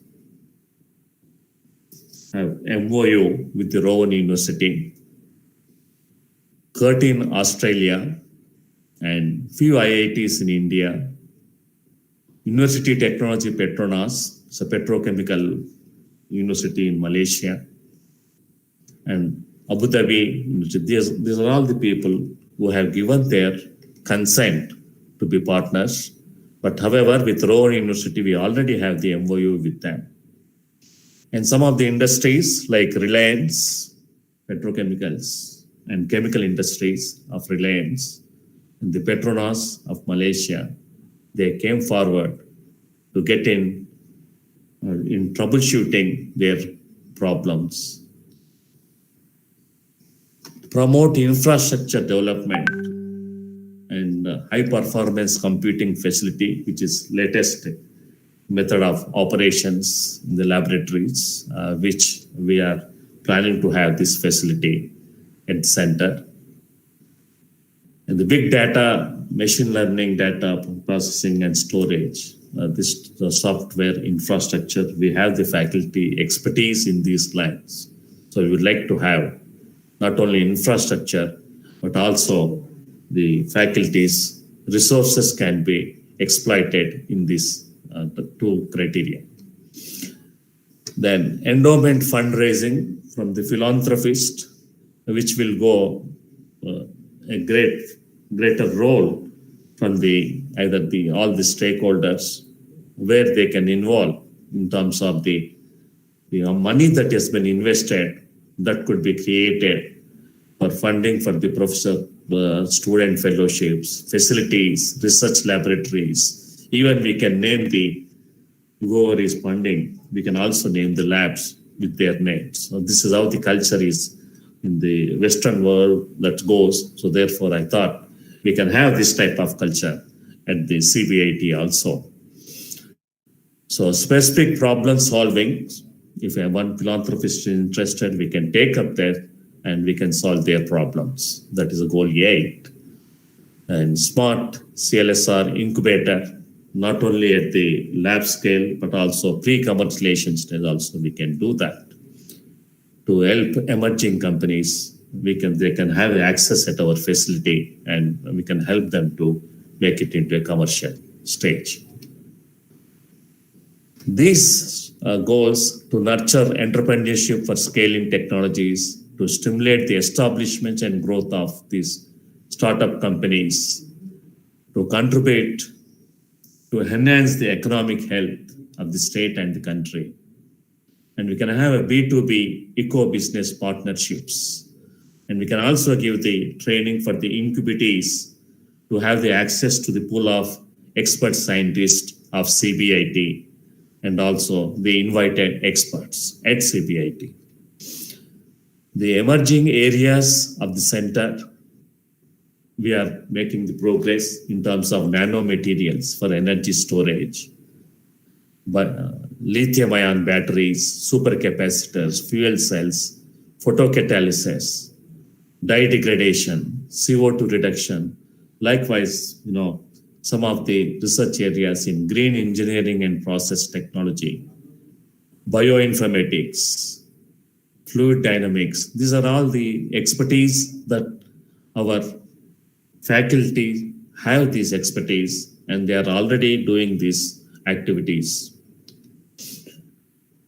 The center magnates, the bright minds from esteemed organizations across India, we have them, and they're all working in these fields. We already have MOUs with these different sectors. The Center of Excellence for Life Sciences is a multi-dimensional research scheme with industry and academic links. As I mentioned, Rowan University has given the green signal, and we are starting a research collaboration with them. And also an academic program in the Department for Chemical Engineering as twinning program, 2+2, is also in the process. These are the research teams from the computational team, catalysis team, thermodynamics team, and synthetic. That's how we have devised nanomaterials. Okay, we have the facilities in the chemistry, the different places, and we have the good publications from most of our faculty members. So thank you for your patience. For the day long, you've been very patient and listening to all of us. Thank you. And I thank the management and all the fellow colleagues for giving me this opportunity to share my thoughts. Thank you, sir. Thank you very much, sir. Ravindra sir, this is Professor Lingareddy, sir. It's a great honor for me, sir, to say thank you for you, sir. Though since it is a bit late, Madam Sanjay Reddy, Madam, just now, sir. People like you, sir, you are joined and educating us and giving blessings to our students. Really, thank you very much, sir. And with this, we are here by closing session today. And from the morning, all my students and parents for patiently listening us and following our instructions on regulatory matters and research matters and incubation and innovation activities and all directors' speeches. Thank you very much, my dear young friends and respected parents. Before closing this thing, I have some small announcement.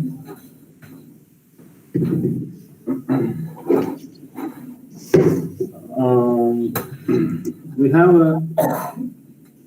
tomorrow we have a morning session department wise we have actually. You see the links once again.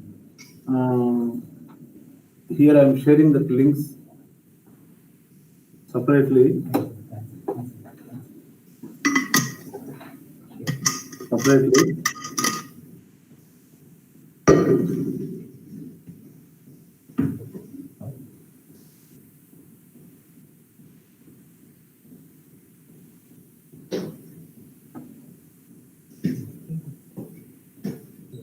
And please go through the links once again, because it is clearly, this is related to the staff members of mentors and class in charges of all first years. You please note down, it's very clearly mentioned against your roll number, that is the roll list or admission number, so on so on.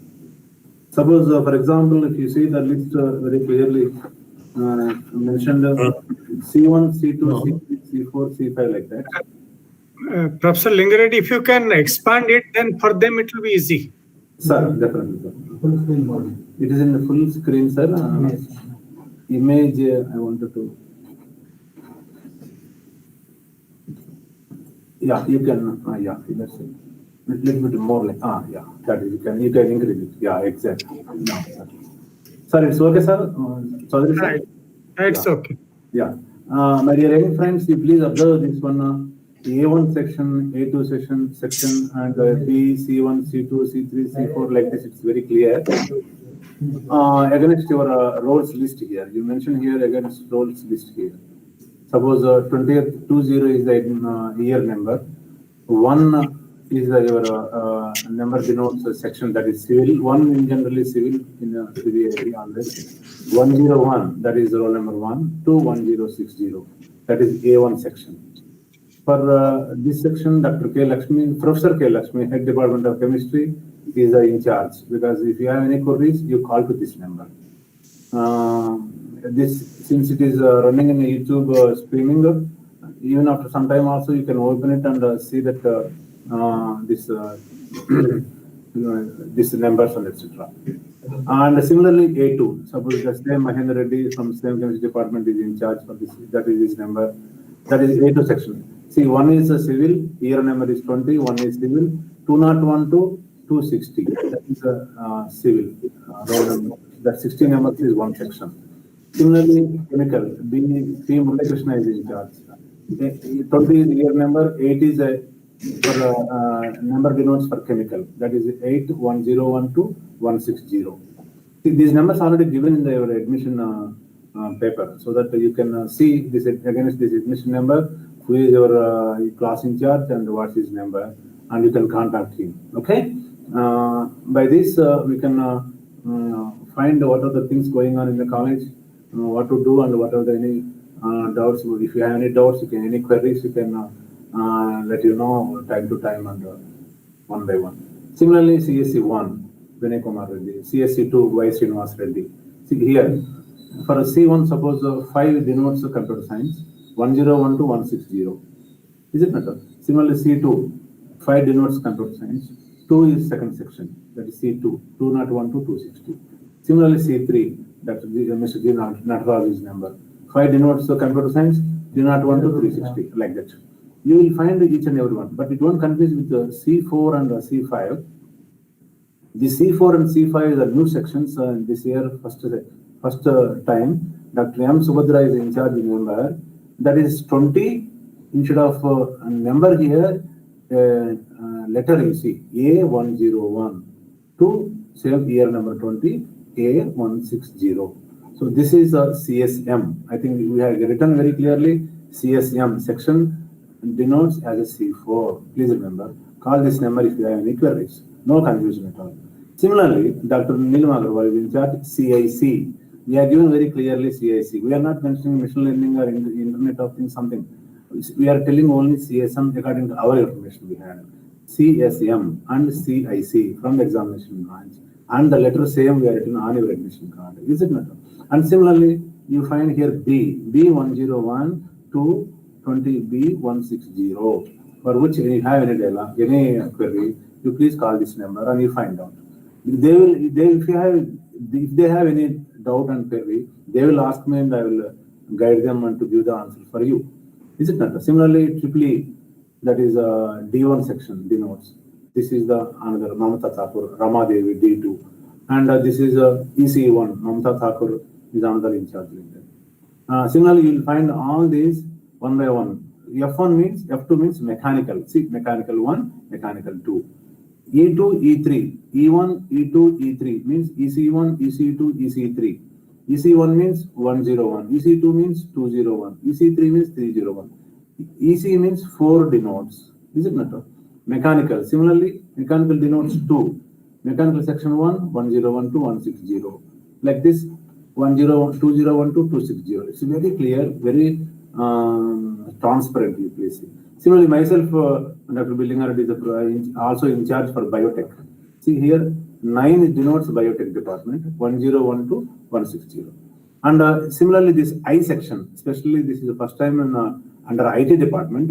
Though it is under IT department, we are given I, that is AI and DS. S. Ravan Kumar is in charge for this. See, this number, C denotes here, not a number, this letter, 20C101 to 20C160. This A, B, C are the new sections starting from this academic year. And instead of giving numbers, we give A, B, C, don't confuse. See, you are under I section. You can call if you have any doubt. So this is the way we are dividing the different staff members as a mentors, as a class in charges, to clear the doubts, to make one kind of supporting for you If you have any doubts, you can contact them and get the clears and get the any clarity. And other point is, I wanted to mention, as we mentioned in the website, tomorrow department-wise sessions are there.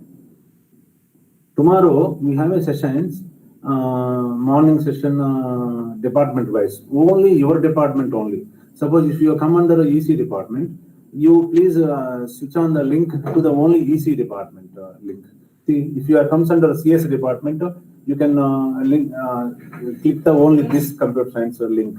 Against your department, you please click on.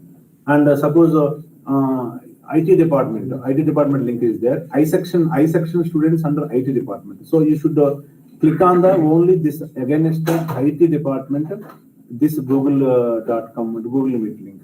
Against mechanical, here one link is there. See, don't confuse it.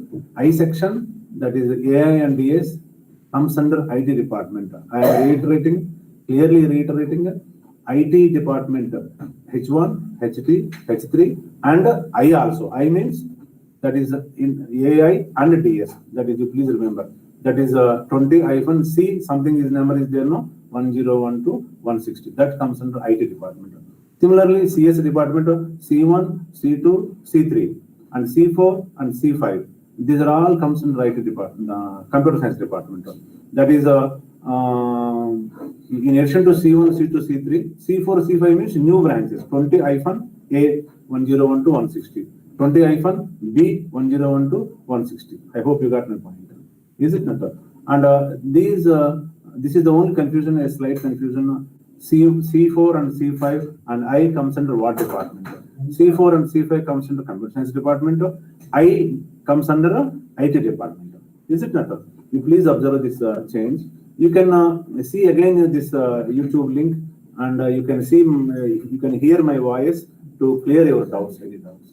The remaining all are very clear. One by one is there. Biotechnology, you please click on this link. Chemical, you please click on this link. And civil engineering, you please click on this link. And CSC, this similarly EEE comes under this, and ECE comes under this. You please click on this link. Like this, one by one, you please go on. So all morning sessions divided to different departments, not as together today as what you have done. Divided to different departments. So departments will take care of. HOD and staff members and senior professors will present about their department achievements, their department activities, the research activities, how to deal with their achievements previously, and all other they will explain. Please patiently listen tomorrow similarly in the same manner, because tomorrow morning is very crucial, because we are divided to your department. Is it not? So unnecessarily don't go to some other here and there. You please all of you concentrate on your department activities and listen carefully. Thank you one and all for patient listening today, from morning session, inaugural session to until today evening. And once again, I am congratulating all you and my guys, and you joined here, and we will take care of you, especially in the first year area. I am here looking forward to take care of you. Thank you very much. Thank you, my dear